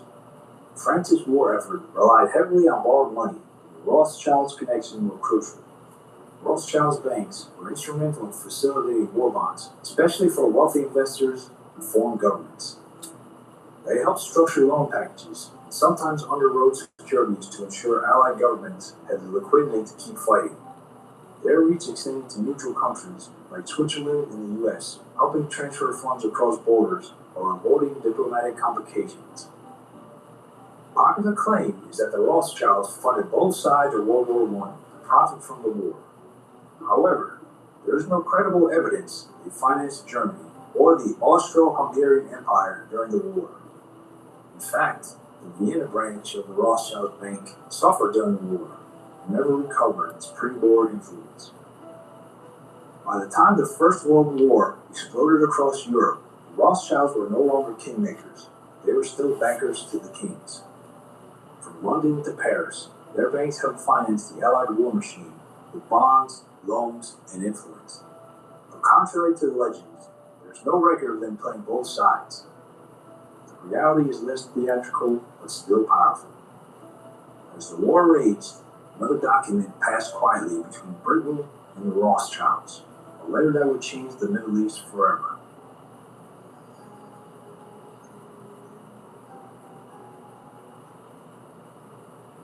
What was the Balfour Declaration? It was a letter issued on November 2, 1917, from the British Foreign Secretary Arthur James Balfour to Lord Walter Rothschild. The purpose? To state British government support for the establishment of a national home for the Jewish people in Palestine. The letter stated, His Majesty's government view with favor the establishment in Palestine of a national home for the Jewish people, and will use their best endeavors to facilitate the achievement of this object, it being clearly understood that nothing shall be done which may prejudice the civil and religious rights of the existing non-Jewish communities in Palestine, or the rights and political status enjoyed by Jews in any other country. So who was Lord Walter Rothschild? He was a British zoologist and a member of the Rothschilds banking dynasty, a prominent Zionist figure in the UK and a liaison between the British government and the World Zionist Organization. But we did not write the declaration, but was chosen as the recipient, indicating the Rothschilds' high standing and influence in Zionist and British circles. But what was the strategic context of the Balfour Declaration? Britain was embroiled in a brutal war and needed to shore up support from Jewish communities, particularly in the United States, Russia, before the Bolshevik Revolution, and Jewish financiers and influencers in Europe and America. The declaration was diplomatic play to win favor of the Zionist Jews, who could sway political opinion or finance. Chaim Weizmann, a chemist and political leader, worked for years to get Britain back to Zionist aims. The Rothschilds, especially Walter and Edmund, supported Zionist colonies in Palestine since the 1880s. Britain anticipated the collapse of the Ottoman Empire and wanted to secure influence in the Middle East. Palestine was of strategic importance, especially as a corridor to India and the Suez Canal. The Balfour Declaration laid the groundwork for the British Mandate in Palestine from 1920 to 1948, during which Jewish immigration increased. It became a foundational document for the Zionist movement and eventually the establishment of the State of Israel in 1948. It also ignited deep opposition from Arab leaders and sowed seeds for the Arab-Israeli conflict. In the middle of the First World War, a one-paragraph letter changed the course of history. It wasn't sent to a king, president, or a general. Just your food like you do. Try Just for Men Control GX, spray-reducing shampoo. Pampers 360 has an unbeatable fit that's up to 100% leak-proof.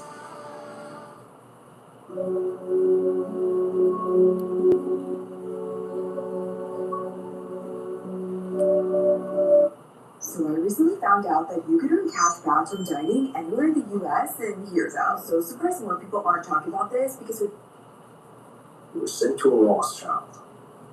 And it wasn't just a promise. It was the beginning of a geopolitical firestorm that still burns today. The Balfour Declaration made the Rothschilds' name more than just a symbol of banking power. It made them a symbolic gatekeeper to the Jewish homeland.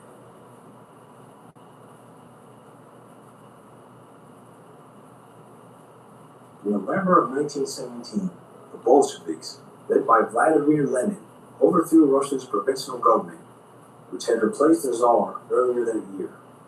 The outcome was the establishment of the Russian Soviet Federative Socialist Republic, which later became the USSR.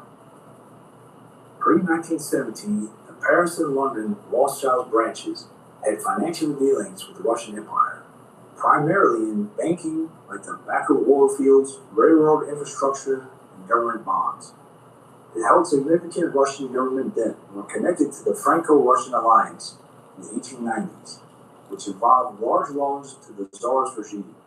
So before the revolution, the Rothschilds were firmly invested in the imperial Russian economy, but not the revolutionary movement.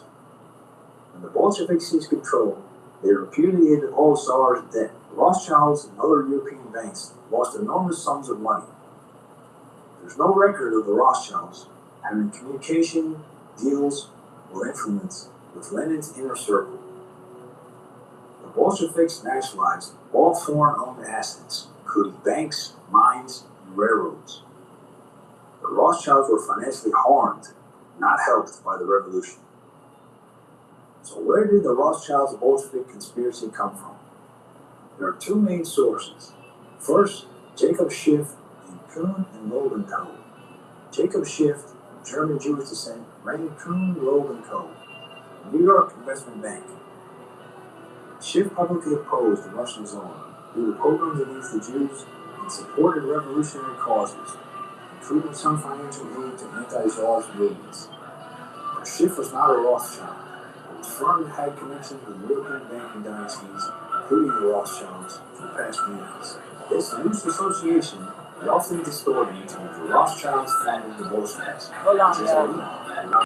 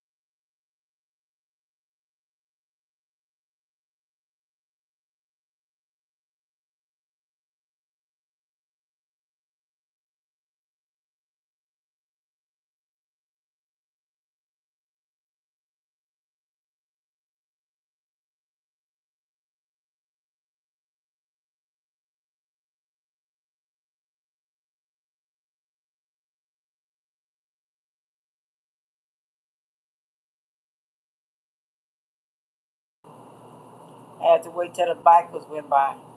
Russian immigrant propaganda blamed Jewish bankers for communism. Rothschild's name was a natural target due to their fame, wealth, and Jewish identity. Also, the infamous Protocols of Zion played a role in linking Jewish financiers to world domination narratives, widely used by both Nazi Germany and Soviet dissidents later. First published in Russia in 1903, likely by Tsarist secret police, used extensively in anti-Semitic propaganda, including Nazi Germany, Stalin's USSR, and others. However, in 1921, journalist Philip Graves of the Times, London, discovered that much of the protocols was plagiarized almost verbatim from an earlier book, Dialogue in Hell between Machiavelli and Montesquieu, 1864, written by Maurice Joly, a French satirist and political critic of Napoleon III. It had nothing to do with Jews. It was about political manipulation. Graves published multiple side-by-side excerpts showing how the protocols had lifted entire passages, word for word, from Joly's work, replacing Napoleon III with the Jews who were elders of Zion. That discovery alone discredited the protocols permanently in the academic world.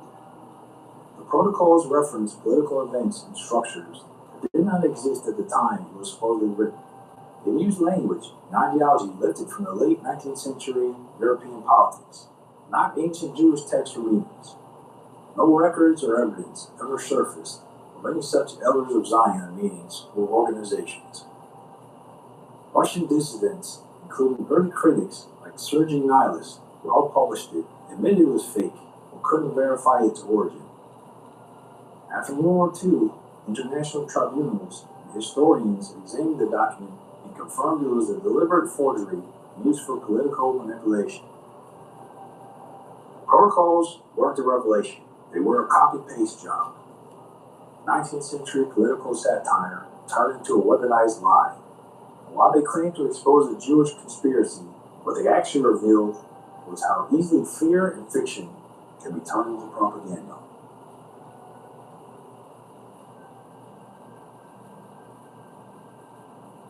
By the 1930s, the Rothschilds banking empire was still influential, but no longer at its 19th century peak. In 1938, following the Anschluss, the annexation of Austria by Nazi Germany, the Nazis seized the Vienna Rothschilds Bank and imprisoned Baron Louis von Rothschild for over a year. He was released only after a massive ransom was paid, a portion of which was funded through secretive international negotiations. The Nazis confiscated the family's banks, art collection, real estate, and personal assets. In 1940, when Germany invaded France, the Rothschilds Bank was seized by the Vichy regime, working in collaboration with the Nazis. Members of the family fled to the U.S. and Switzerland, including Guy de Rothschild, who later returned to rebuild the bank after the war. Properties, such as the Chateau de Frieres and their art collection, were looted by a Nazi task force responsible for cultural theft. The British Rothschilds, London branch, remained intact and active, working closely with British governments on financing war efforts, currency stabilization, and international loans. They were also involved in intelligence circles and helped facilitate financial matters related to wartime diplomacy and resistance funding. Lord Victor Rothschild worked for MI5, Britain's domestic intelligence service. He was part of the Cambridge Apostles and played a real role in British counterintelligence. Ironically, he was falsely accused decades later of being a Soviet spy, but no proof was ever found. The Rothschilds, especially in Britain, funded efforts to help European Jews escape Nazi territory. They were active supporters of Zionism and helped fund Jewish settlements in British-mandated Palestine. They also contributed to resettlement efforts for Jews in the U.S., UK, and Switzerland. There is no historical evidence supporting the idea that the Rothschilds funded both sides, orchestrated World War II, or profited from war deaths. These claims come from Nazi and fascist propaganda and were debunked after the war.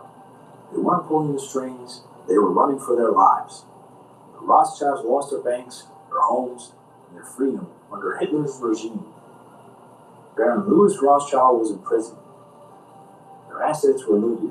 In France and Austria, their empire was dismantled. They had power in World War II. They certainly weren't using it to start a war. They were trying to survive it. And while the London branch kept Britain's financial gears turning, the myth that the Rothschilds funded both sides of the war is just that, a myth born in the furnaces of Nazi propaganda.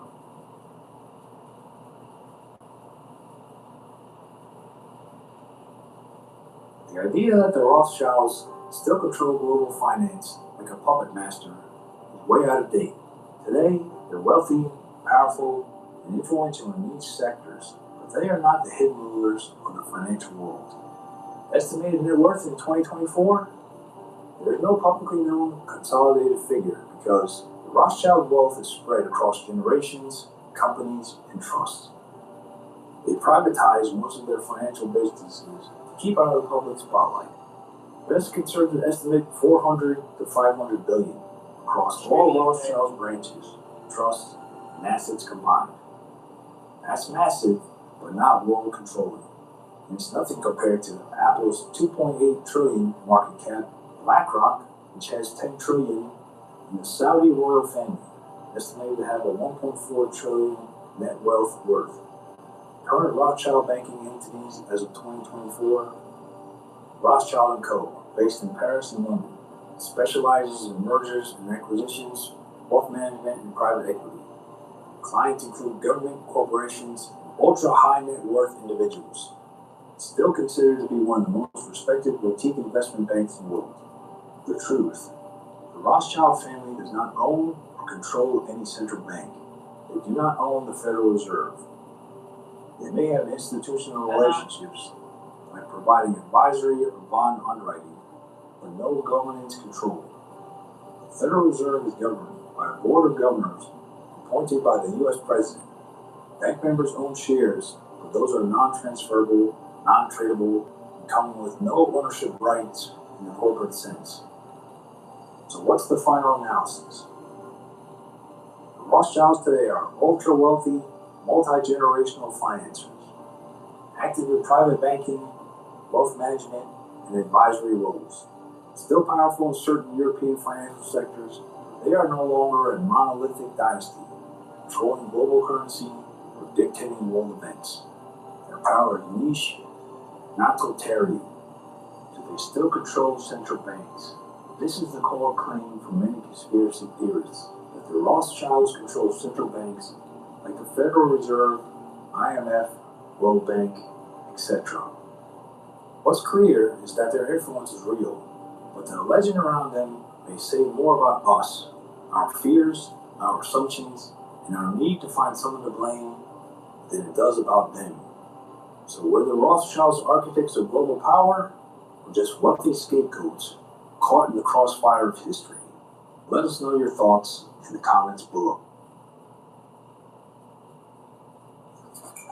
No. What? Wait, Gemini? No. Which of these is close to a park? Right. Dog park. This wet's even worse. I should get parents.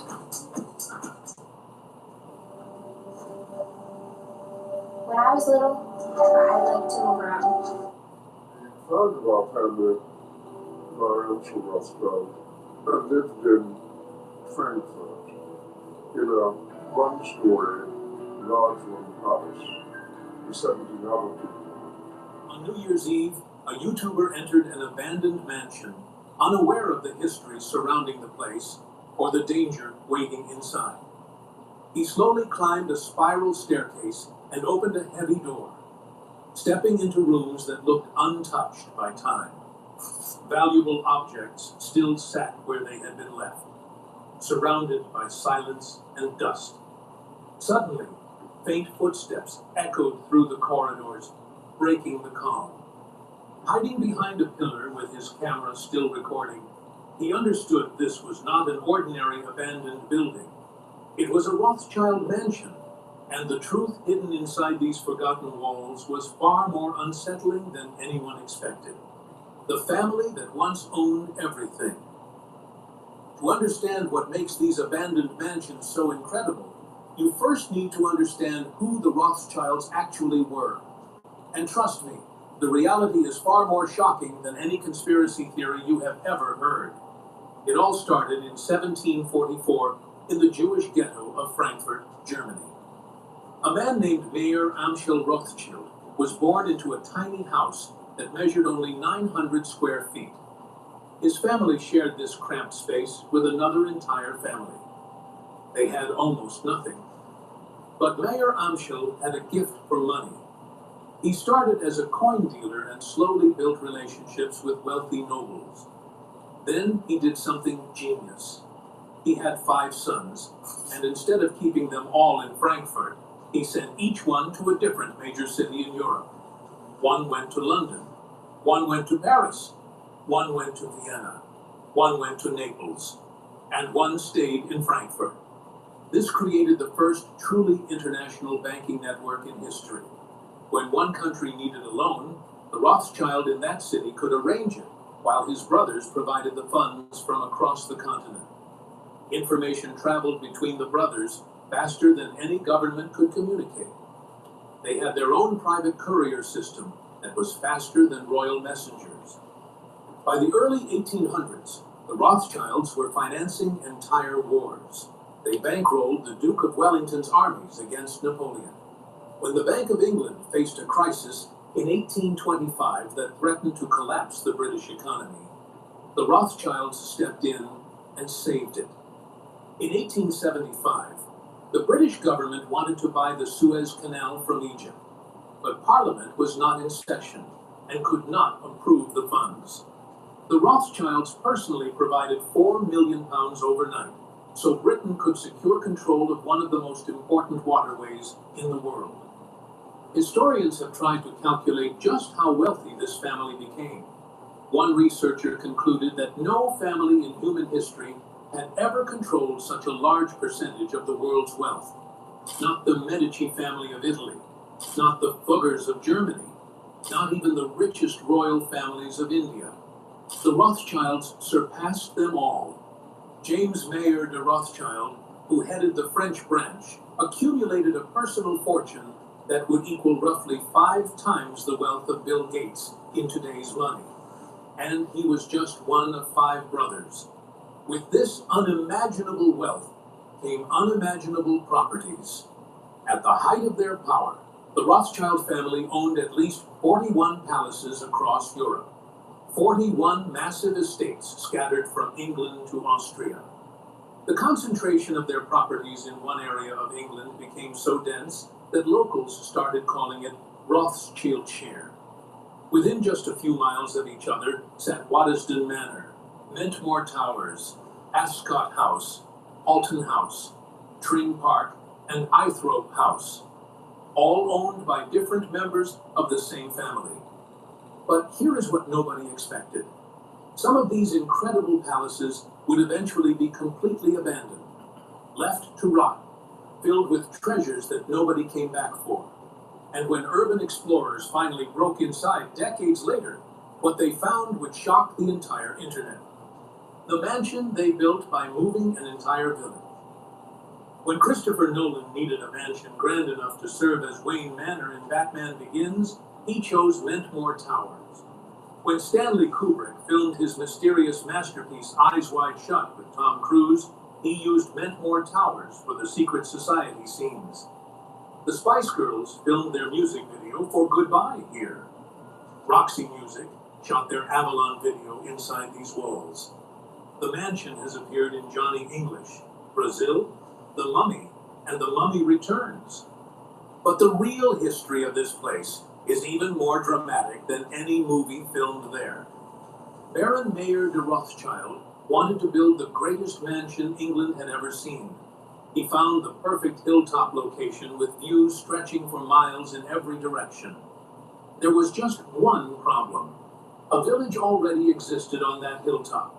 Most wealthy men of that era would have simply evicted everyone and torn down their homes. But the Rothschilds did something different.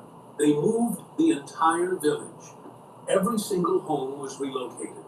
Every family received upgraded housing in a new location.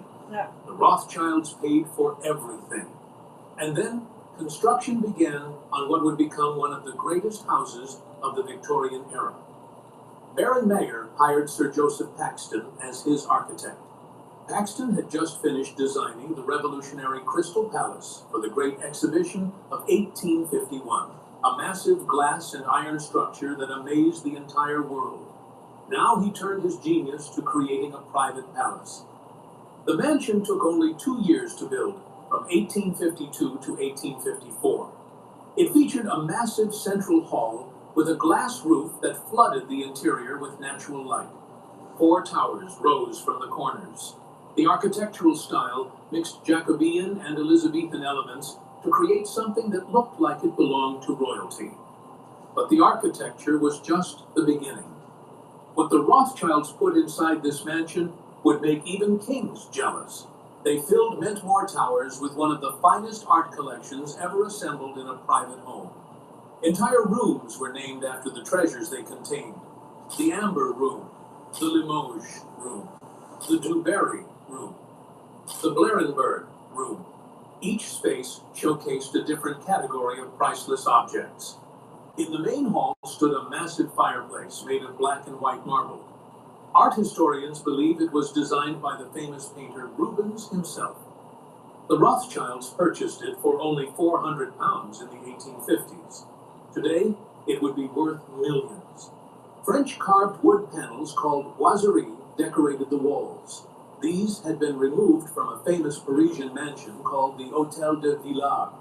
Mentmore became the first English house to feature such French decorative elements. And hidden throughout the mansion were secret features that even most visitors never discovered. Behind certain bookcases in the library, there were hidden rooms. Secret passages connected different parts of the house. The Rothschilds had built themselves a palace full of mysteries. But when World War II arrived, this pleasure palace received a new and terrifying purpose. The British government selected Mentmore Towers for a top-secret mission, and what they hid in the basement would not be revealed for decades.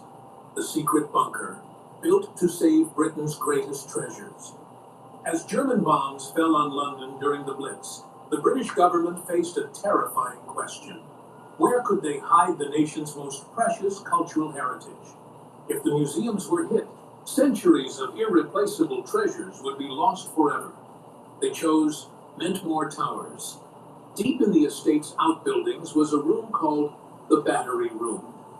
Originally, this space had housed the generators that provided gas and electricity to the mansion.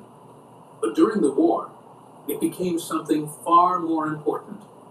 It became a vault for Britain's national treasures. The government secretly transported priceless objects from across the country to this hidden location.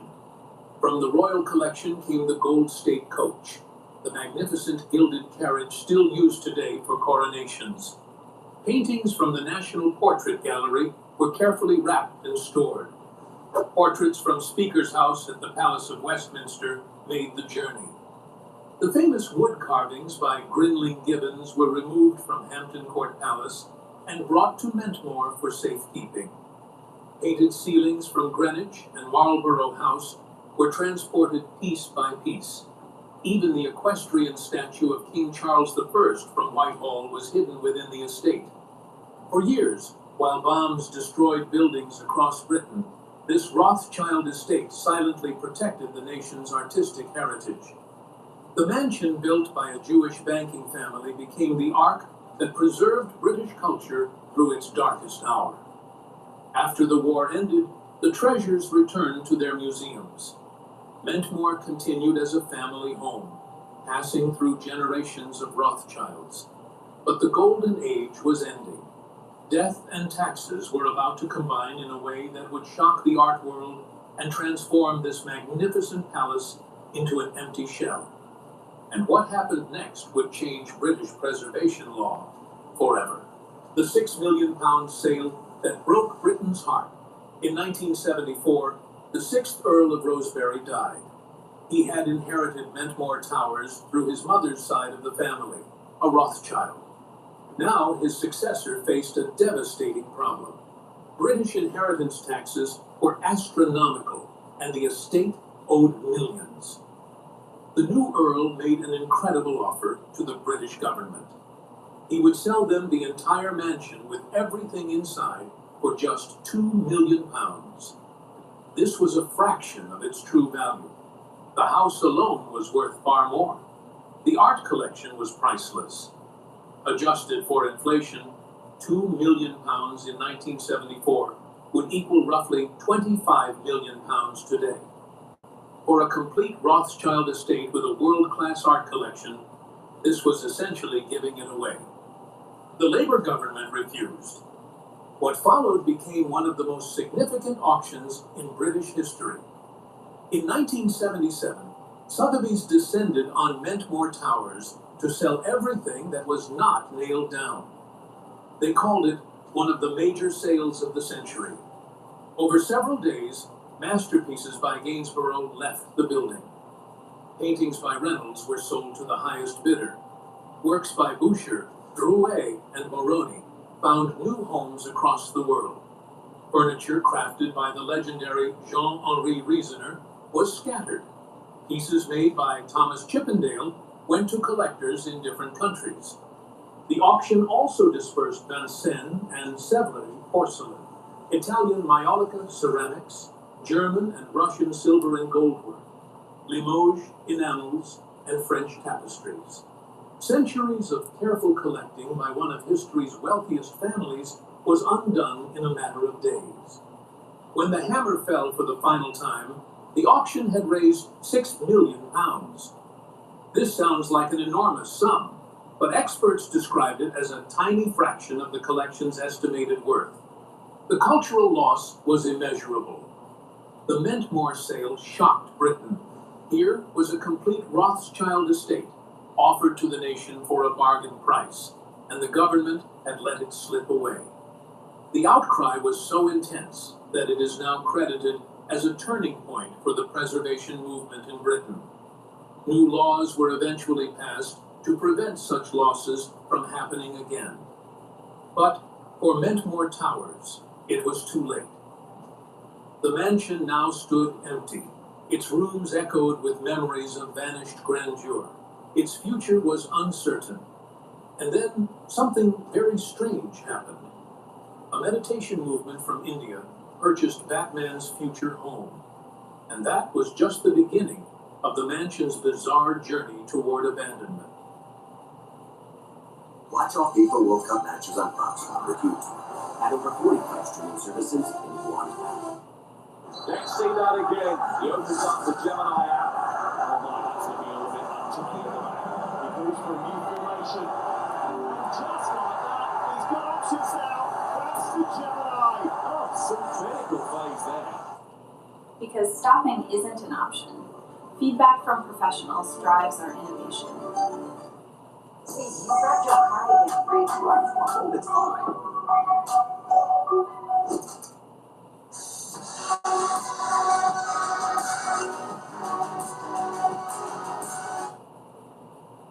From transcendental meditation to total decay. In 1978, 1 year after the Great Auction, an unexpected buyer emerged. The Maharishi Foundation purchased Mentmore Towers for £240,000. This organization promoted transcendental meditation, a practice that had become hugely popular in the West after the Beatles famously studied with Maharishi Mahesh Yogi. For 20 years, the mansion served as the headquarters for the meditation movement in Britain. The rooms where Rothschild bankers once discussed financing nations now hosted people seeking inner peace. It was a surreal transformation, but at least the building was being maintained. During this period, Hollywood discovered Mentmore's potential. Film crews began arriving to use the mansion as a location. The Gothic grandeur and massive scale made it perfect for movies that needed impressive settings. Stanley Kubrick filmed scenes for Eyes Wide Shut there, using the mansion for the infamous Secret Society sequences. The building appeared in movie after movie throughout the 1980s and 1990s. Then, in 1999, everything changed again. A Syrian-born property developer named Simon Halaby purchased Mentmore Towers for £25 million. At that time, Halaby was one of the richest men in Britain, with a fortune estimated at £3 billion. He had enormous plans for the estate. Halaby wanted to transform Mentmore into a 171-suite 6-star luxury hotel. This would be one of the most exclusive destinations in the world. The project required extensive renovations and government approvals. Planning applications were submitted. Architects drew up elaborate schemes. But a local resident challenged the planning permission in court. The legal battle dragged on for years, delaying any construction. And then disaster struck. The 2008 financial crisis devastated Simon Halaby's property empire. His fortune evaporated. In 2010, he declared bankruptcy. But despite losing almost everything, he refused to give up Mentmore Towers. He held on to the property even as it fell into ruin around him. Today, Ventmore Towers sits on historic England's Heritage at Risk Register. It has the worst possible classification, Priority A. This means the building faces immediate risk of further rapid deterioration or loss of fabric, with no solution agreed. The service wing roof is in very poor condition. The main house roof is collapsing and exposing the interiors to rain and weather. Ceilings are falling throughout the building. Water damage threatens reception rooms that contain some of the finest examples of Victorian design and craftsmanship anywhere in Britain. Meanwhile, Thames Valley Police issued statements in 2024 about responding efficiently to break-in calls at Ventmore. Trespassing has become a regular occurrence. Security teams patrol the grounds with motion sensors and cameras mounted on trees. Urban explorers who have visited recently report encountering guards wielding chains against anyone caught inside. The community considers Ventmore to be big leagues level dangerous. The chances of being caught are extremely high. But some explorers have made it inside. And what they documented shocked millions of viewers online. Because despite the 1977 auction that was supposed to empty the mansion, valuable items still remained inside. There's what the urban explorers actually found. On New Year's Eve 2021, a YouTube creator who goes by the name Vacant Haven broke into Ventmore Towers. His footage would become the most watched exploration of the mansion ever recorded. He climbed through an entry point and found himself in near total darkness. Using his flashlight, he navigated through the crumbling interior until he reached a spiral staircase. He ascended carefully, not knowing what waited above. At the top, he pushed open a door and stopped in his tracks. Before him was a room absolutely filled with valuable furniture, ornaments, and paintings. Despite the famous auction decades earlier, despite the building being officially abandoned, treasures remained. Items that had belonged to one of history's wealthiest families were just sitting there in the darkness. Then he heard footsteps. Security guards were in the building. Vacant Haven hid behind a pillar, heart pounding, camera still recording. The guards passed by without seeing him. He continued exploring, moving carefully through room after room. He found the library and discovered something remarkable. The secret rooms hidden behind bookcases that he had read about actually existed. These were the same hidden chambers that had inspired the Wayne Manor scenes in Batman Begins. He was standing in Bruce Wayne's library, and there really were secrets behind the walls. His footage was later licensed by LA Bible and Content Bible, reaching millions of additional viewers. People could not believe what they were seeing. A Rothschild mansion, abandoned and rotting, still containing valuables that nobody had retrieved. Professional photographer Ben James also documented the interior for the Daily Mail. His assessment was devastating. Most of it is falling apart and needs gutting, he said. Ceilings are falling down everywhere. It is hard to see how anyone will be able to do anything with it because it would cost too much money. The massive Rubens fireplace still stands in the Great Hall. It was too heavy to auction, too embedded in the structure to remove.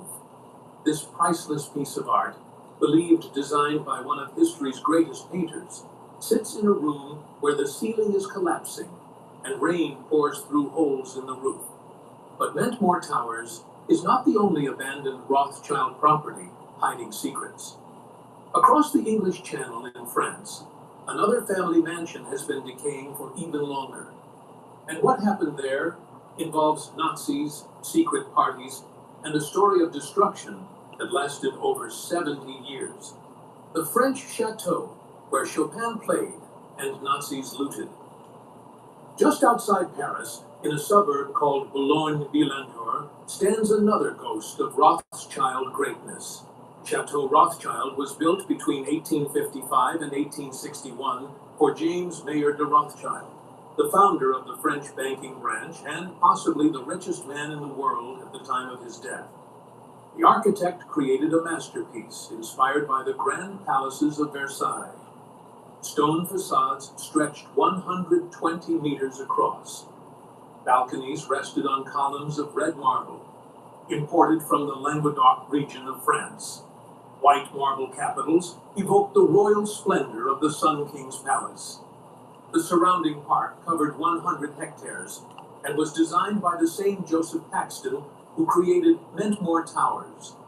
Visitors found English-style landscape gardens alongside formal French gardens. A magnificent rose garden bloomed in summer. A unique pergola, draped in wisteria, provided shade. Waterfalls cascaded through carefully arranged rock formations. This was where the greatest artists and composers of the 19th century gathered. The composer Rossini was a frequent guest. So was Honoré de Balzac, one of the greatest novelists in French literature. The painter Eugène Delacroix spent time within these walls. And then there was Chopin. The legendary Polish composer visited Chateau Rothschild and was so inspired that he dedicated one of his most famous works to Charlotte de Rothschild. His Waltz Opus 64 No. 2 was composed at this very estate. One of the most beautiful pieces of piano music ever written was born in these rooms. The Rothschild style of decorating, sometimes called Gut Rothschild, influenced wealthy families across the world. The Astors, Vanderbilts, and Rockefellers all tried to imitate the Rothschild aesthetic. This French chateau was one of the purest examples of that legendary taste. In 1937, as war clouds gathered over Europe, the family made a fateful decision. They built an underground bomb shelter beneath the gardens. This shelter was connected directly to the chateau's basement and cellars. It contained multiple rooms with airlocks specifically designed to protect paintings, chandeliers, and artwork in case of emergency. But when war actually came, the shelter was never used for its intended purpose. The Rothschild family fled to England as German forces invaded France, and the Nazis who occupied the chateau had very different plans for its treasures. The German Navy seized the property and systematically looted it during 4 years of occupation. Priceless artworks vanished. After liberation, American forces caused additional damage. The family never returned to live there. Decades passed. The chateau fell into ruin. In 1979, Baron Edmond de Rothschild sold the property to the city of Boulogne-Billancourt for the symbolic price of 1 franc.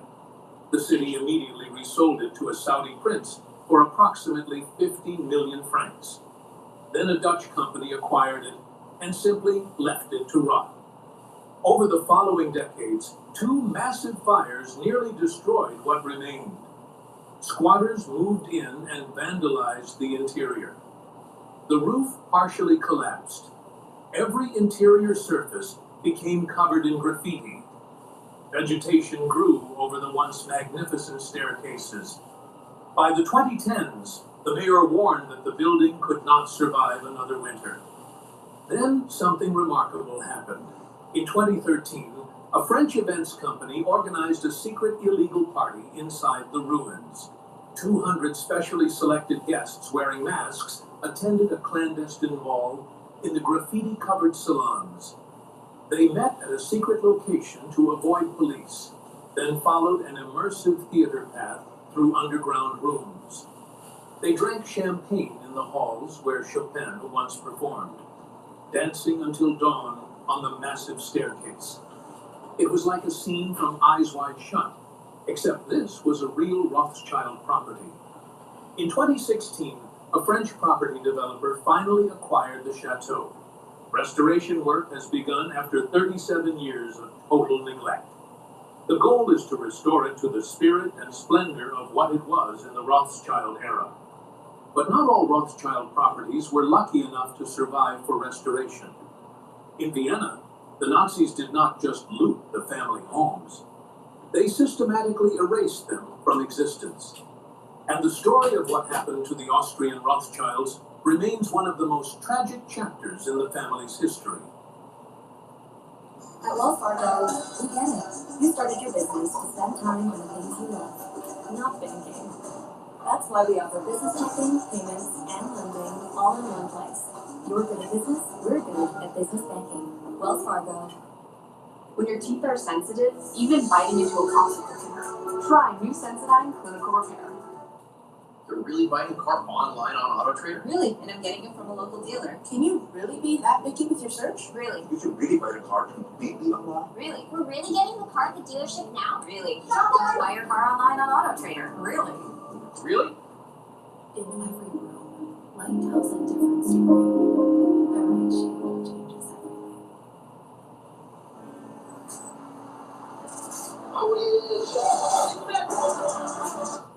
The Austrian branch owned 5 magnificent palaces. Their art collection numbered nearly 3,500 works. In March 1938, when Nazi Germany annexed Austria, everything ended in a matter of days. Baron Louis von Rothschild was arrested at Vienna airport immediately after the annexation.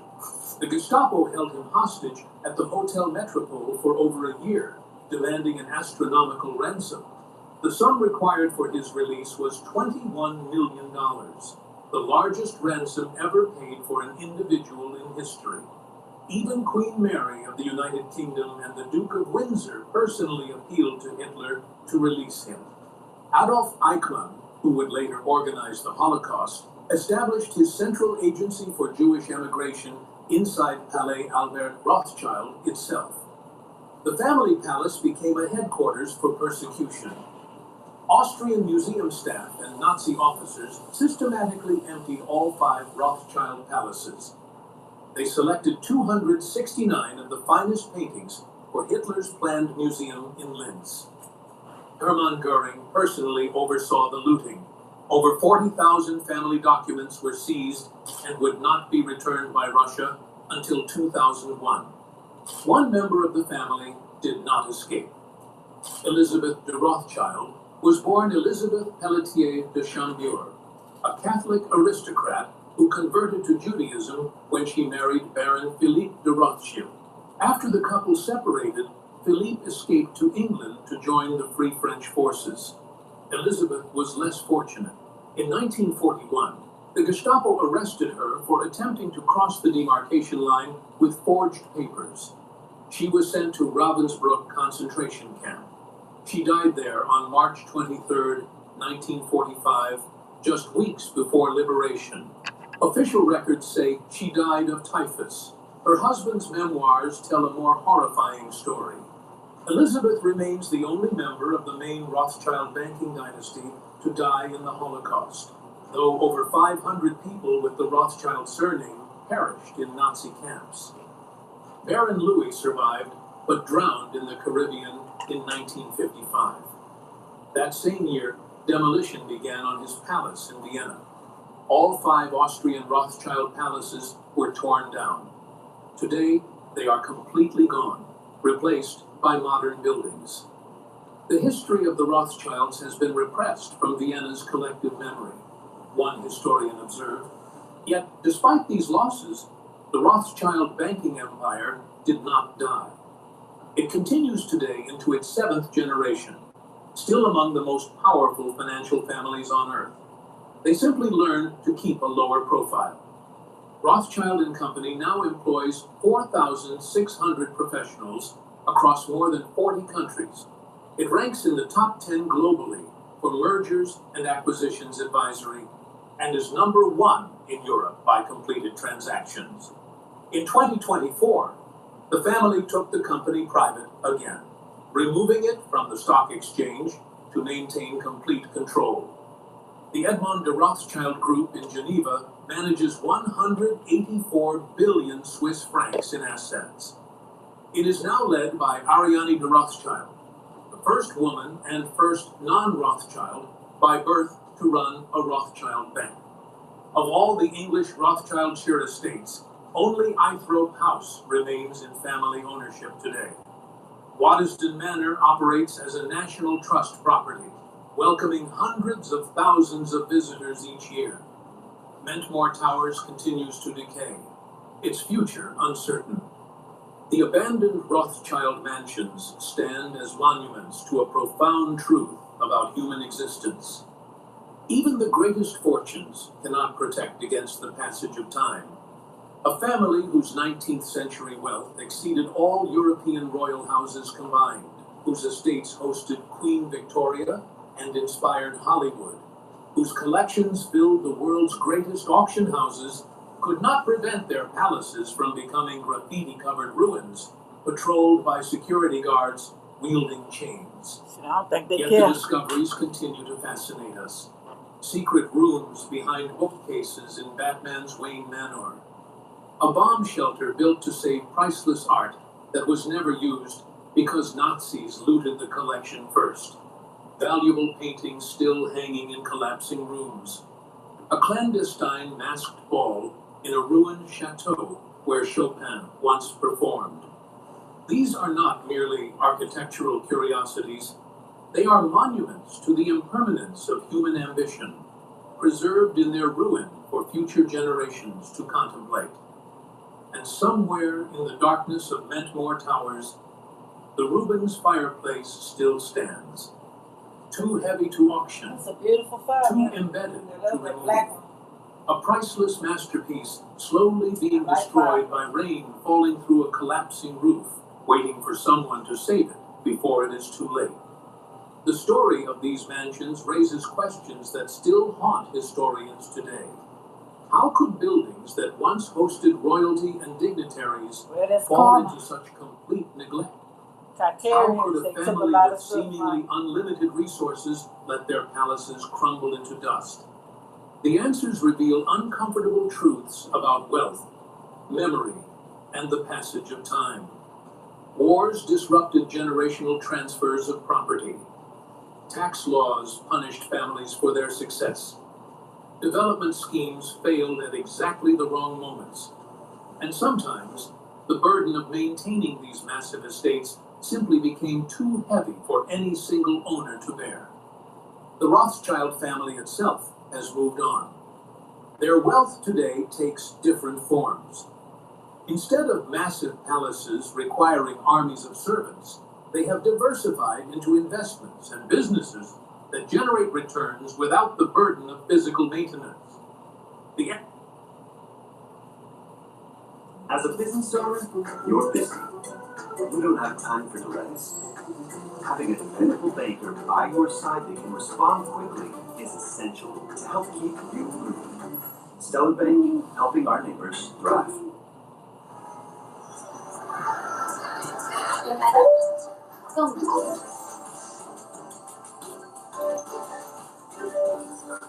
The Rothschild family is one of the most speculated about, talked about families in the world.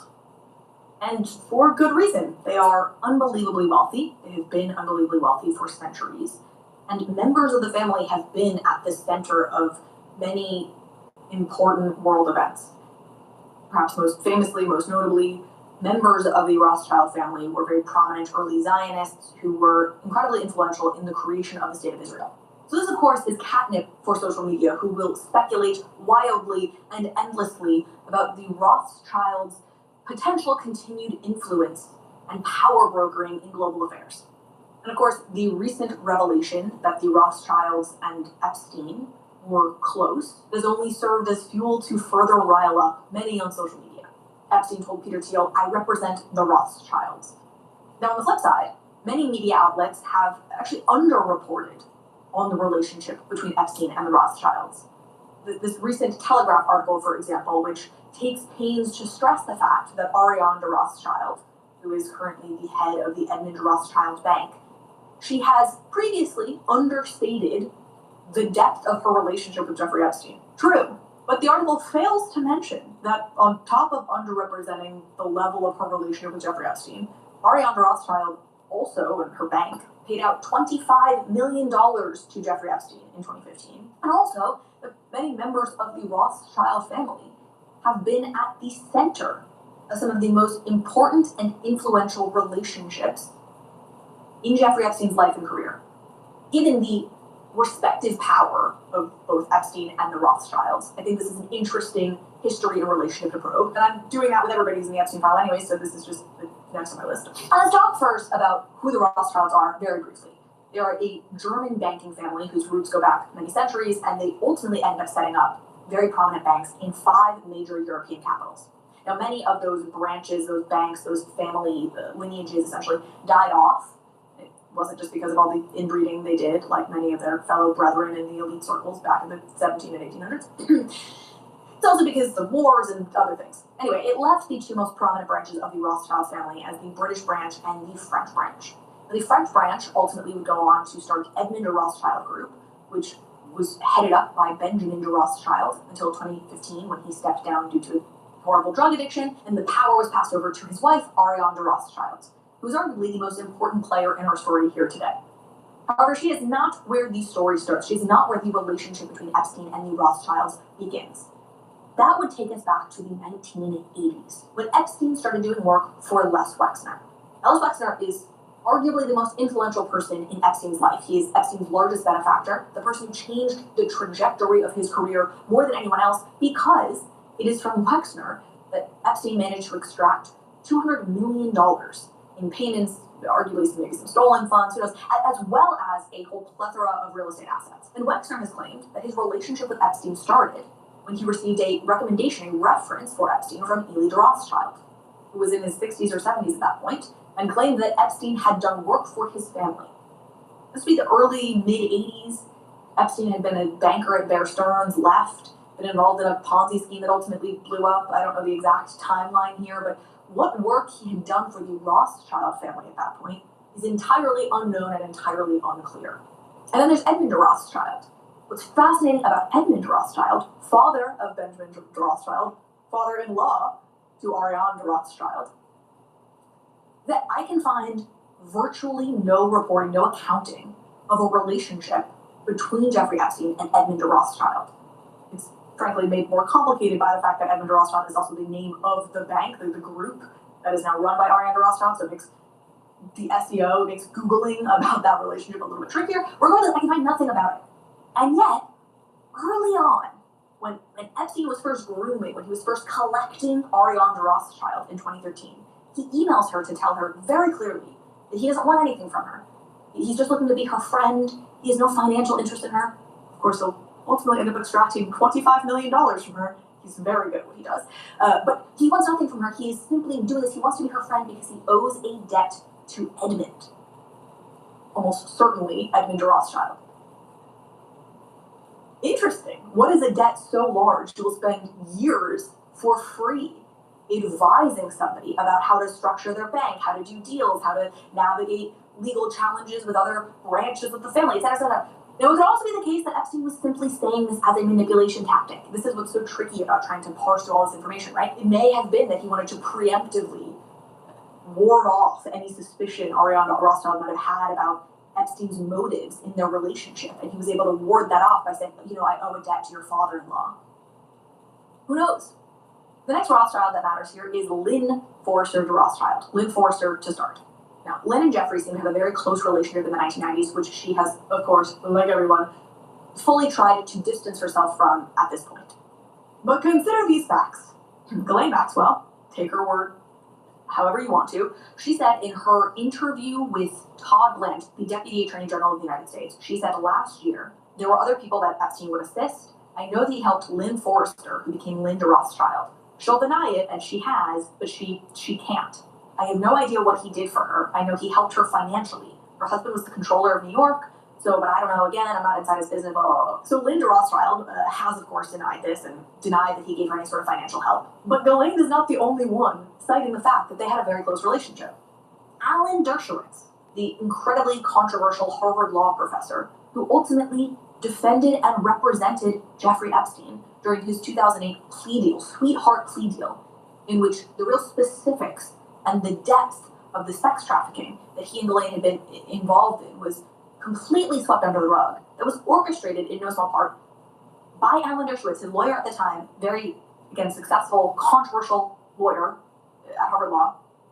Dershowitz says that he met Epstein in the 90s through his friend Lady Rothschild, the former Lynn Forrester. Moreover, New York Times reports that Epstein's first known connection to Microsoft dates to 1996, when there was a gala thrown there, and Lynn Forrester, Linda Rothschild, brought Mr. Epstein as a guest.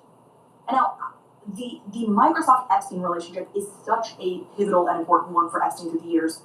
Of course, you have the Bill Gates connection there, but it wasn't just Gates. Steve Sinofsky, who ran Microsoft Windows, became a close confidant and pawn as part of Epstein's world. I mean, Microsoft, more than almost any other company, was one in which Epstein was able to very thoroughly penetrate it.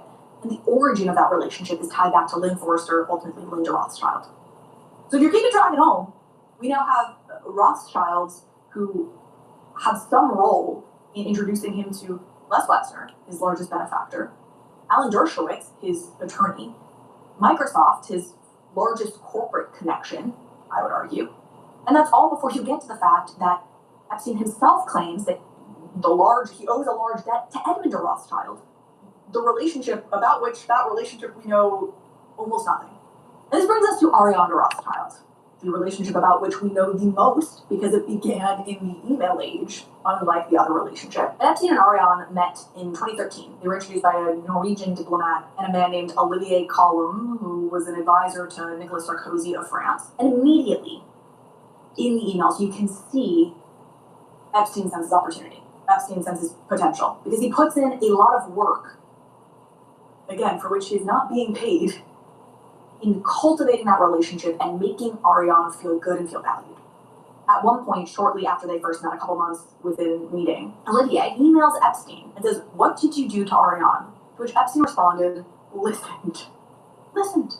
Olivier said, "She loved it, and you put her finger on the things that matter to her." If this is not a perfect distillation of what Epstein did brilliantly well, I don't know what is. First of all, listened. I mean, how goddamn basic, but it is amazing how few people can do that well. And then, what did he do? He was able to really figure out what she cared about, what she wanted to hear, what mattered to her, where her pain points are. And he started to help to solve them, or give her the impression that he was helping to solve them. This is a really important point that gets lost, but Epstein gave these people actual advice. This notion that, like, how did he make this money? It's all nothing but shady. It's not true. It's not true. He was giving a lot of advice. And you understand, once he had his foothold in this elite world, then he would pick his targets. You can see it. You can see it in the emails. And he would care about them and tend to them.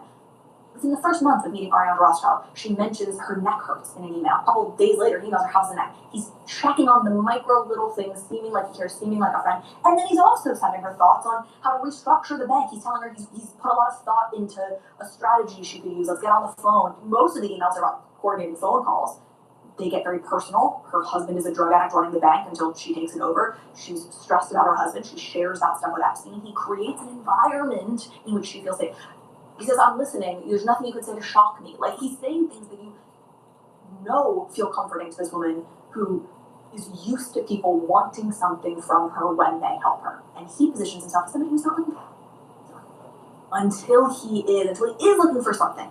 In 2014, 2015, the DOJ, the American Department of Justice, starts sniffing around Edmund de Rothschild Bank, a number of foreign banks, Swiss banks in particular, and going after them for their role in helping wealthy Americans hide assets in Swiss banks, thereby evading taxes, avoiding taxes, and money laundering. When Edmund de Rothschild becomes one of the banks in the DOJ's crosshairs, Ariane de Rothschild immediately turns to Jeffrey Epstein, who in turn introduces her to Catherine Rumler.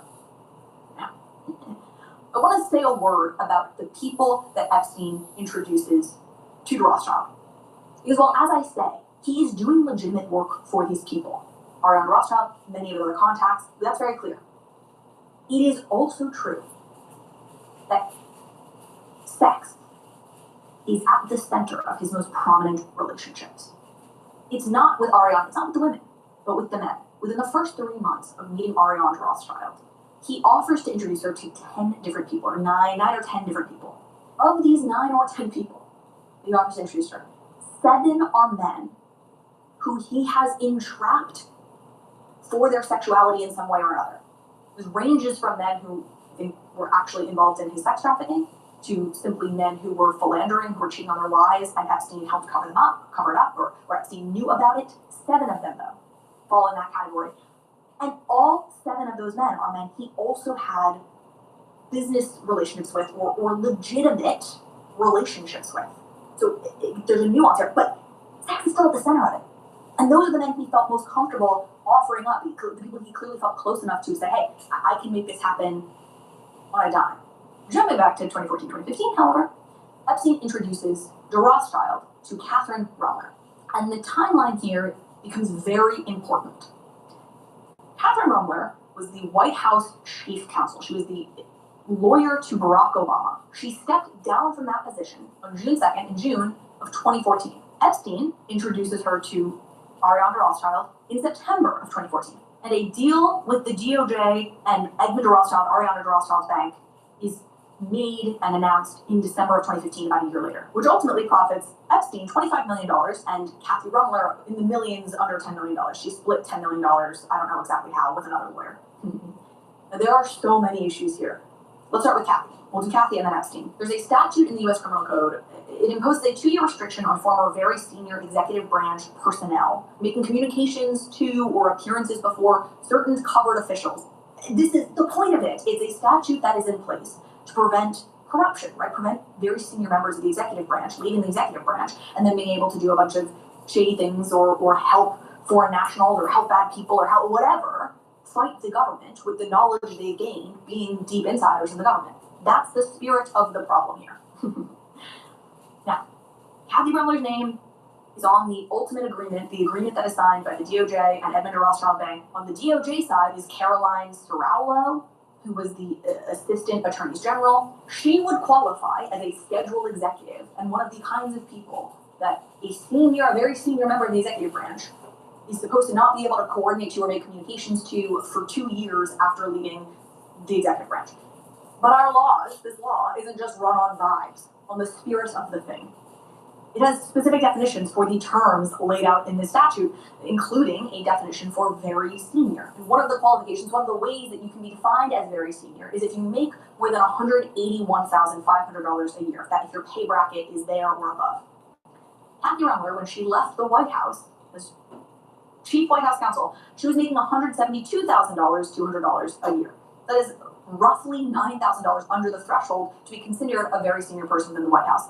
Now, what's crazy about this is she was one of the highest paid personnel in the executive branch, and she is the senior most lawyer to the president. If that is not very senior, the conspiracy hat I want to put on is that the salaries were set specifically with the intention of evading this kind of rule to allow these people to leave office and immediately go into the private sector and do whatever work they want and make their $10 million representing a foreign bank and a foreign national against the DOJ in getting less of a slap on the wrist for the fact that you're allowing wealthy Americans to not pay their taxes, all while you're doing it alongside a convicted sex offender. It almost feels like that's why the salaries were set where they were, but I don't know that. I don't know that.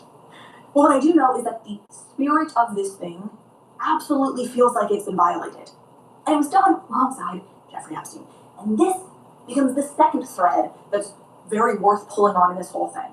Because while I said this before, I'll say it again, the 2008 plea deal that Jeffrey Epstein got was so shady, and there were so many lies embedded within it.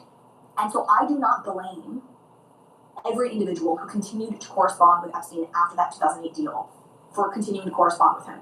Because I believe he very convincingly lied to many people about what the reality of that situation was, and the legal record did not show the full reality of that situation at that time. So I don't blame entirely Ariane de Rothschild for continuing to have a social, even advisory relationship with Epstein, who she believed was creating a lot of value for her. But I do feel weirder about her allowing her bank, to pay this convicted sex offender $25 million, especially when you look at how and why this pay was structured. So Epstein emails, I believe, Rumler, though we don't have that 100% confirmed, in July of 2015, and he says, I went through with Ariane, fee issues, complicated, no free cash. What do you think of the following? Ariane pays Southern Trust, my co, that's Epstein's company, based on financial settlement with DOJ. So essentially, if the settlement ends up being between $150 and $200 million, she'll pay $5 million. If the settlement ends up being between $100 and $150 million, it'll be $10 million. Under $100 million, $25 million. There we go. Do you see any legal issues? Yes. So the most amount of money he can be paid is $25 million, which is ultimately what he makes.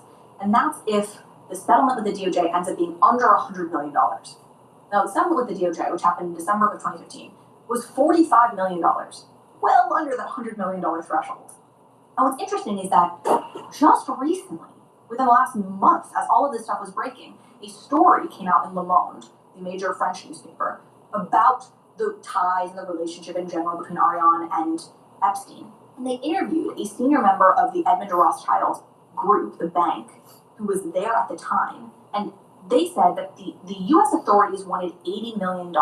And then thanks to Catherine Rumler, this person says, the bill was cut in half after that. Epstein became much more prominent in the group.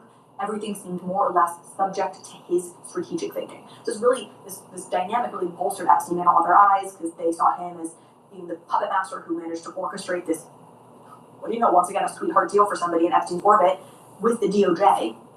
But what's fascinating about that is that first, the U.S. authorities wanted $80 million. That's already below the $100 million threshold at which Epstein receives his largest payout of $25 million. So Epstein has structured this whole tranched deal, but it appears as if it's all smoke and mirrors because he's almost guaranteed his big payout regardless. And we see the inflows. We can see the flows of money between Epstein's company and others. This is a court proceeding that made a lot of this public. You can see the $25 million flowing into his coffers. So ultimately, Epstein got exactly what I imagine he wanted out of a relationship with somebody like Ariane. He was able to extract financially, literally, but he was also able to bask in the social glow that she brought him. And I want to read you one final email here that is telling. This is between Jeffrey Epstein and Ehud Barak, who is the former Prime Minister of Israel and the former Minister of Defense in Israel. About 3-4 months after Epstein and Rothschild first meet and become friends, Epstein is emailing with Ehud Barak, and he says, "My thoughts were confirmed when it was said to me, if Ehud wants to make serious money, he will have to build a relationship with me. Take time so that we can truly understand one another. I just listened." So this is Epstein telling Ehud Barak that somebody said to him, to Epstein, that if Ehud Barak wants to make serious money, he will have to build a relationship with me. Now, Ehud responds and said, "Who said it?" Epstein responds, "Rothschilds." Barak says, "I'm ready, but I need your advice re how, ladies, is your forte." Epstein says, "Time, attention, stable, recurring, predictable," which, as an aside, is actually fantastic advice for how to deal with women. Just saying that's excellent. Women like time, attention, stable, recurring, and predictable. But that's darkly unfortunate that Epstein understood that. And Barak says, "I'm ready, let's plan it. I will need some guidance along the way," and I thought about going forward. Okay. Yeah. We want to talk about fodder for the conspiracy theorists. The idea that a Rothschild told Epstein, "I started a business to give old folks a new life, and Chase has supported me from the beginning." So you started a business. That's huge. I mean, it's small, but yeah. It's your baby. Actually, this. You must have heard of Jacob Rothschild, who passed away recently. Rothschild, how you doing, sir? Can you tell us more about the Bilderberg game this year? Rothschild is a name synonymous with power and wealth, and people often had questions about the source of their wealth. Jacob Rothschild has always denied accusations of belonging to the infamous Bilderberg group or engaging in secret rituals. Can you tell us more about the Bilderberg game this year? I didn't get that. However, a new video of Jacob Rothschild's secret rituals seems to have gone viral. Let's get into it. Is the Bilderberg group the true elite that rules the world? The money-building secret ritual. I'll begin with a modern-day enigma that has captured the world's attention. The Bilderberg group. This secretive collective of North American and European elites, including politicians, business leaders, financiers, and academics, convenes annually, shrouded in mystery and speculation. The Bilderberg Group, named after the Hotel de Bilderberg in the Netherlands where they first met in May 1954, was founded by influential figures such as Joseph Rettinger, Paul Van Zeeland, and Paul Rikens. They aimed to foster transatlantic cooperation during the Cold War, countering anti-American sentiment in Europe. The group's meetings, held under tight security due to protests and conspiracy theories, are a subject of intense scrutiny. Critics assert that the Bilderbergers are plotting a new world order, aiming for global domination. However, attendees describe the group as a mere debating society, operating away from the political limelight. Despite efforts towards transparency, such as releasing guest lists and discussion topics, the group's private nature fuels suspicions. No minutes are taken, and the outcomes of their discussions remain confidential, leading to theories of a sinister cabal with hidden agendas. Conspiracy theorists, including alt-right figures like Alex Jones, have accused the Bilderberg Group of various plots, from controlling governments to orchestrating the EU's creation. While some dismiss these claims as outlandish, the group's influence and the secrecy surrounding its meetings continue to spark debate and intrigue. The Rothschilds and the Bilderberg Group, each in their own era, have become symbols of power and secrecy. Their legacies, intertwined with the fabric of global finance and politics, whether through strategic marriages or elite gatherings, their stories captivate and mystify, leaving us to ponder the true extent of their reach and the realities behind the conspiracies. The Rothschilds, known for their strategic alliances and intricate kinship ties, practiced a unique form of intermarriage within their own bloodline. This deliberate mingling of bloodlines played a crucial role in shaping the family's enduring legacy and consolidating their wealth and influence. One of the most notable examples of intermarriage within the Rothschild clan was the union between Amschel Rothschild and Charlotte Rothschild, who were first cousins. Their marriage united two prominent branches of the family and resulted in the birth of three children, Caroline, Matilda, and Albert. Similarly, Nathan Rothschild, another scion of the Rothschild dynasty, followed suit by marrying his first cousin Charlotte from the Italian branch, daughter of Karl Rothschild. This union also yielded three children, Leonora, Elena, and Nathan. These intermarriages formed the threads of a complex tapestry of familial relationships that bound the various branches of the Rothschild dynasty together.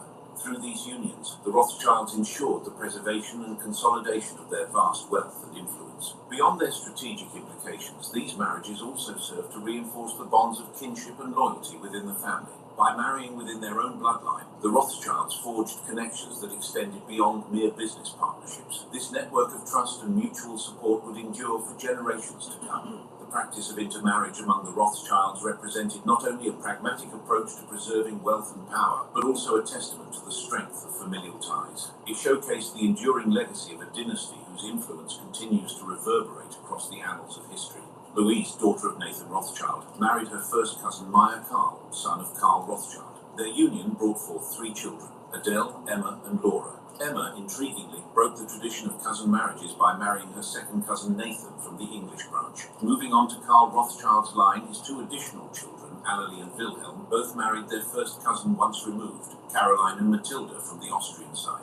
These marriages further intertwined the family branches. The last piece of the puzzle lies within James Rothschild's line. James himself married his niece Betty, daughter of his older brother Salomon. Their union resulted in four children, Charlotte, Maya Salomon, and Edmund. The complexity of these relationships is truly astonishing. The Rothschilds' intermarriages not only solidified their financial power, but also created a network of familial connections that spanned across their various branches. One of the most intriguing aspects of the Rothschild family's intermarriages is the connection between different branches. Betty from the Austrian branch married her uncle from the French branch, resulting in a daughter who married into the English branch. This daughter's son then married into the Italian branch, showcasing the family's desire to leave their mark in every branch of the Rothschild dynasty. Despite the shocking intermarriages and complex relationships within the family, it is important to note that these unions were not uncommon during the time period. Many noble and wealthy families practiced intermarriage to maintain their wealth and power. As the 20th century dawned, a notable shift began to emerge within the Rothschild lineage. The descendants of the family, influenced by changing societal norms and evolving perspectives on marriage, began to deviate from the long-standing tradition of marrying within their own bloodline. Instead, they sought partners from diverse backgrounds and social circles, breaking away from the insular practices of their predecessors. This departure from intra-family marriages marked a significant departure from tradition and reflected a broader societal trend towards greater openness and diversity. I want to see some.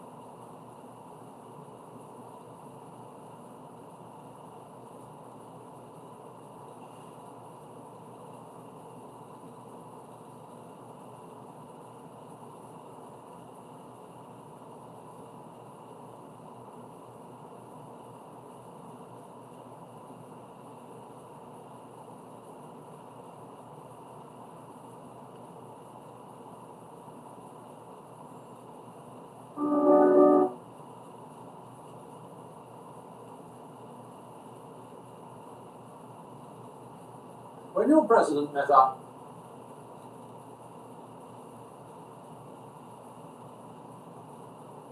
I'm standing in front of the headquarters of a company.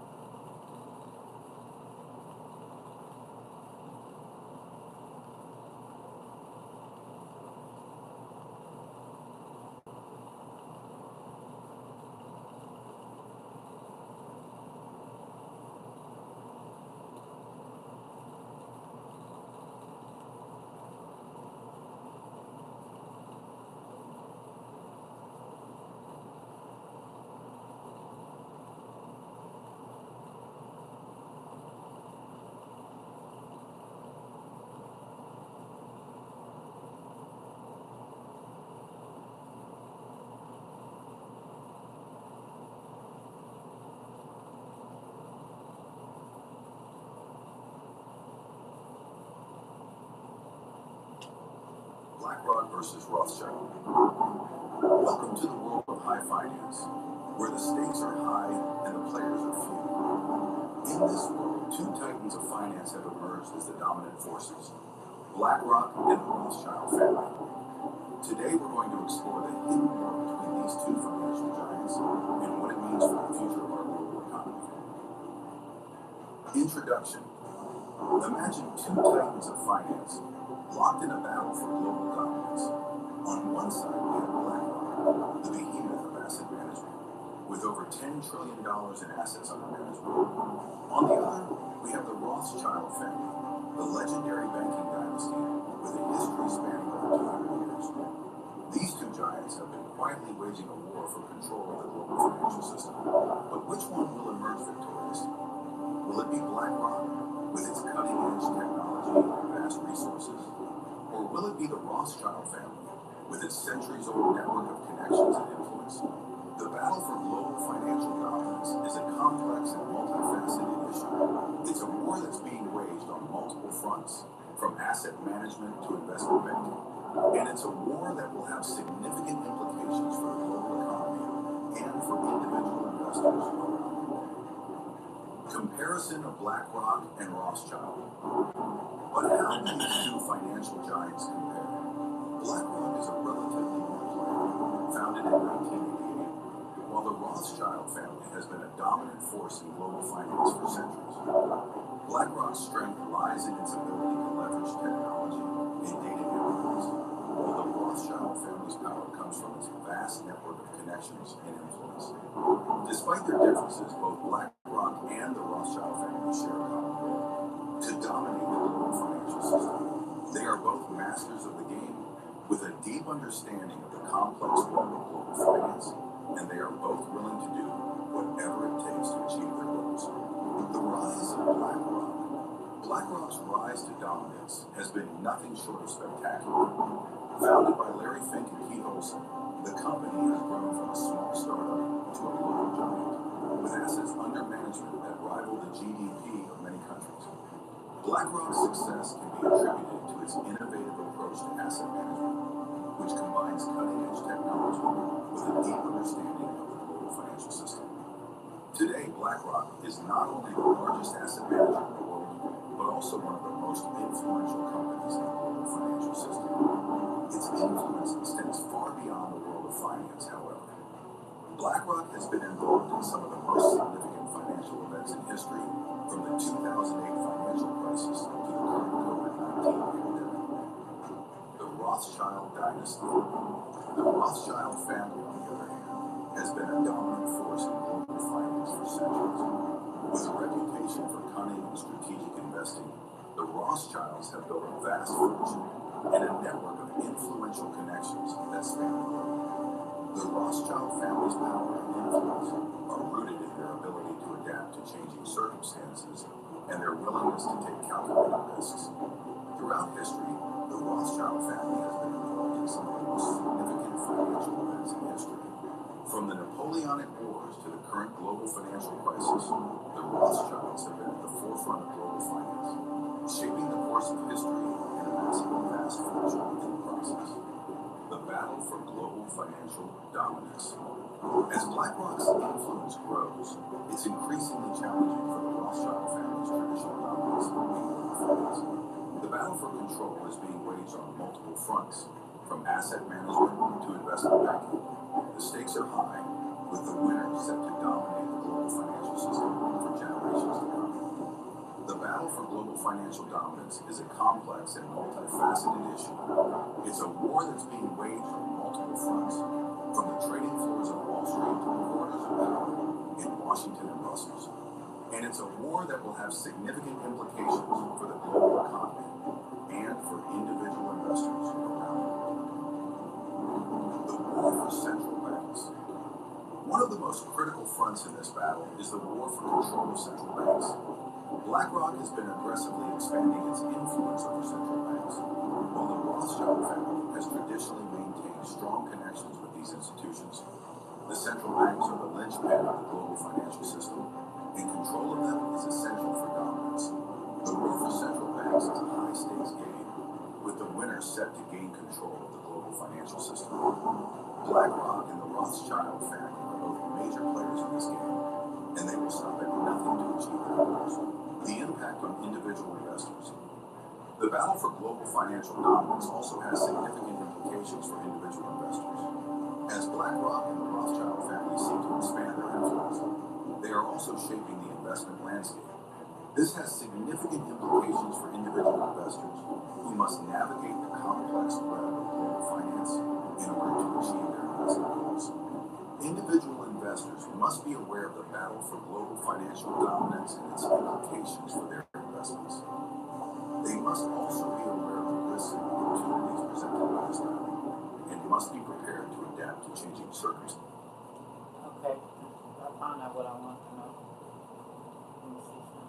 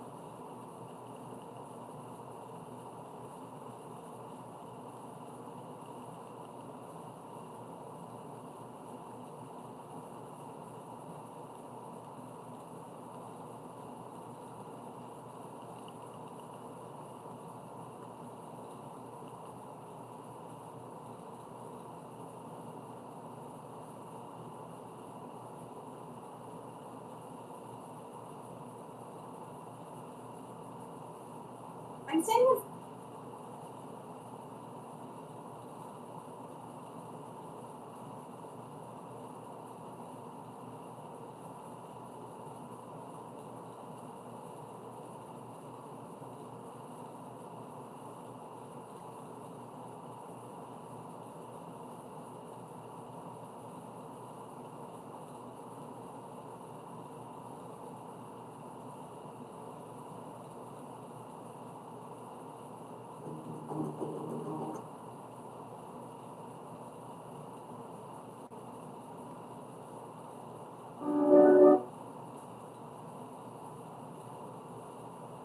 America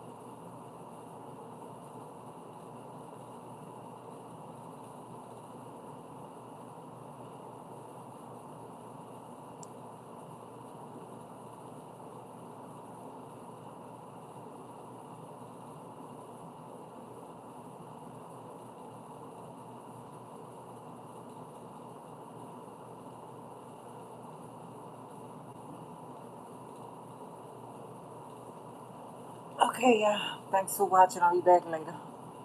Talk to y'all.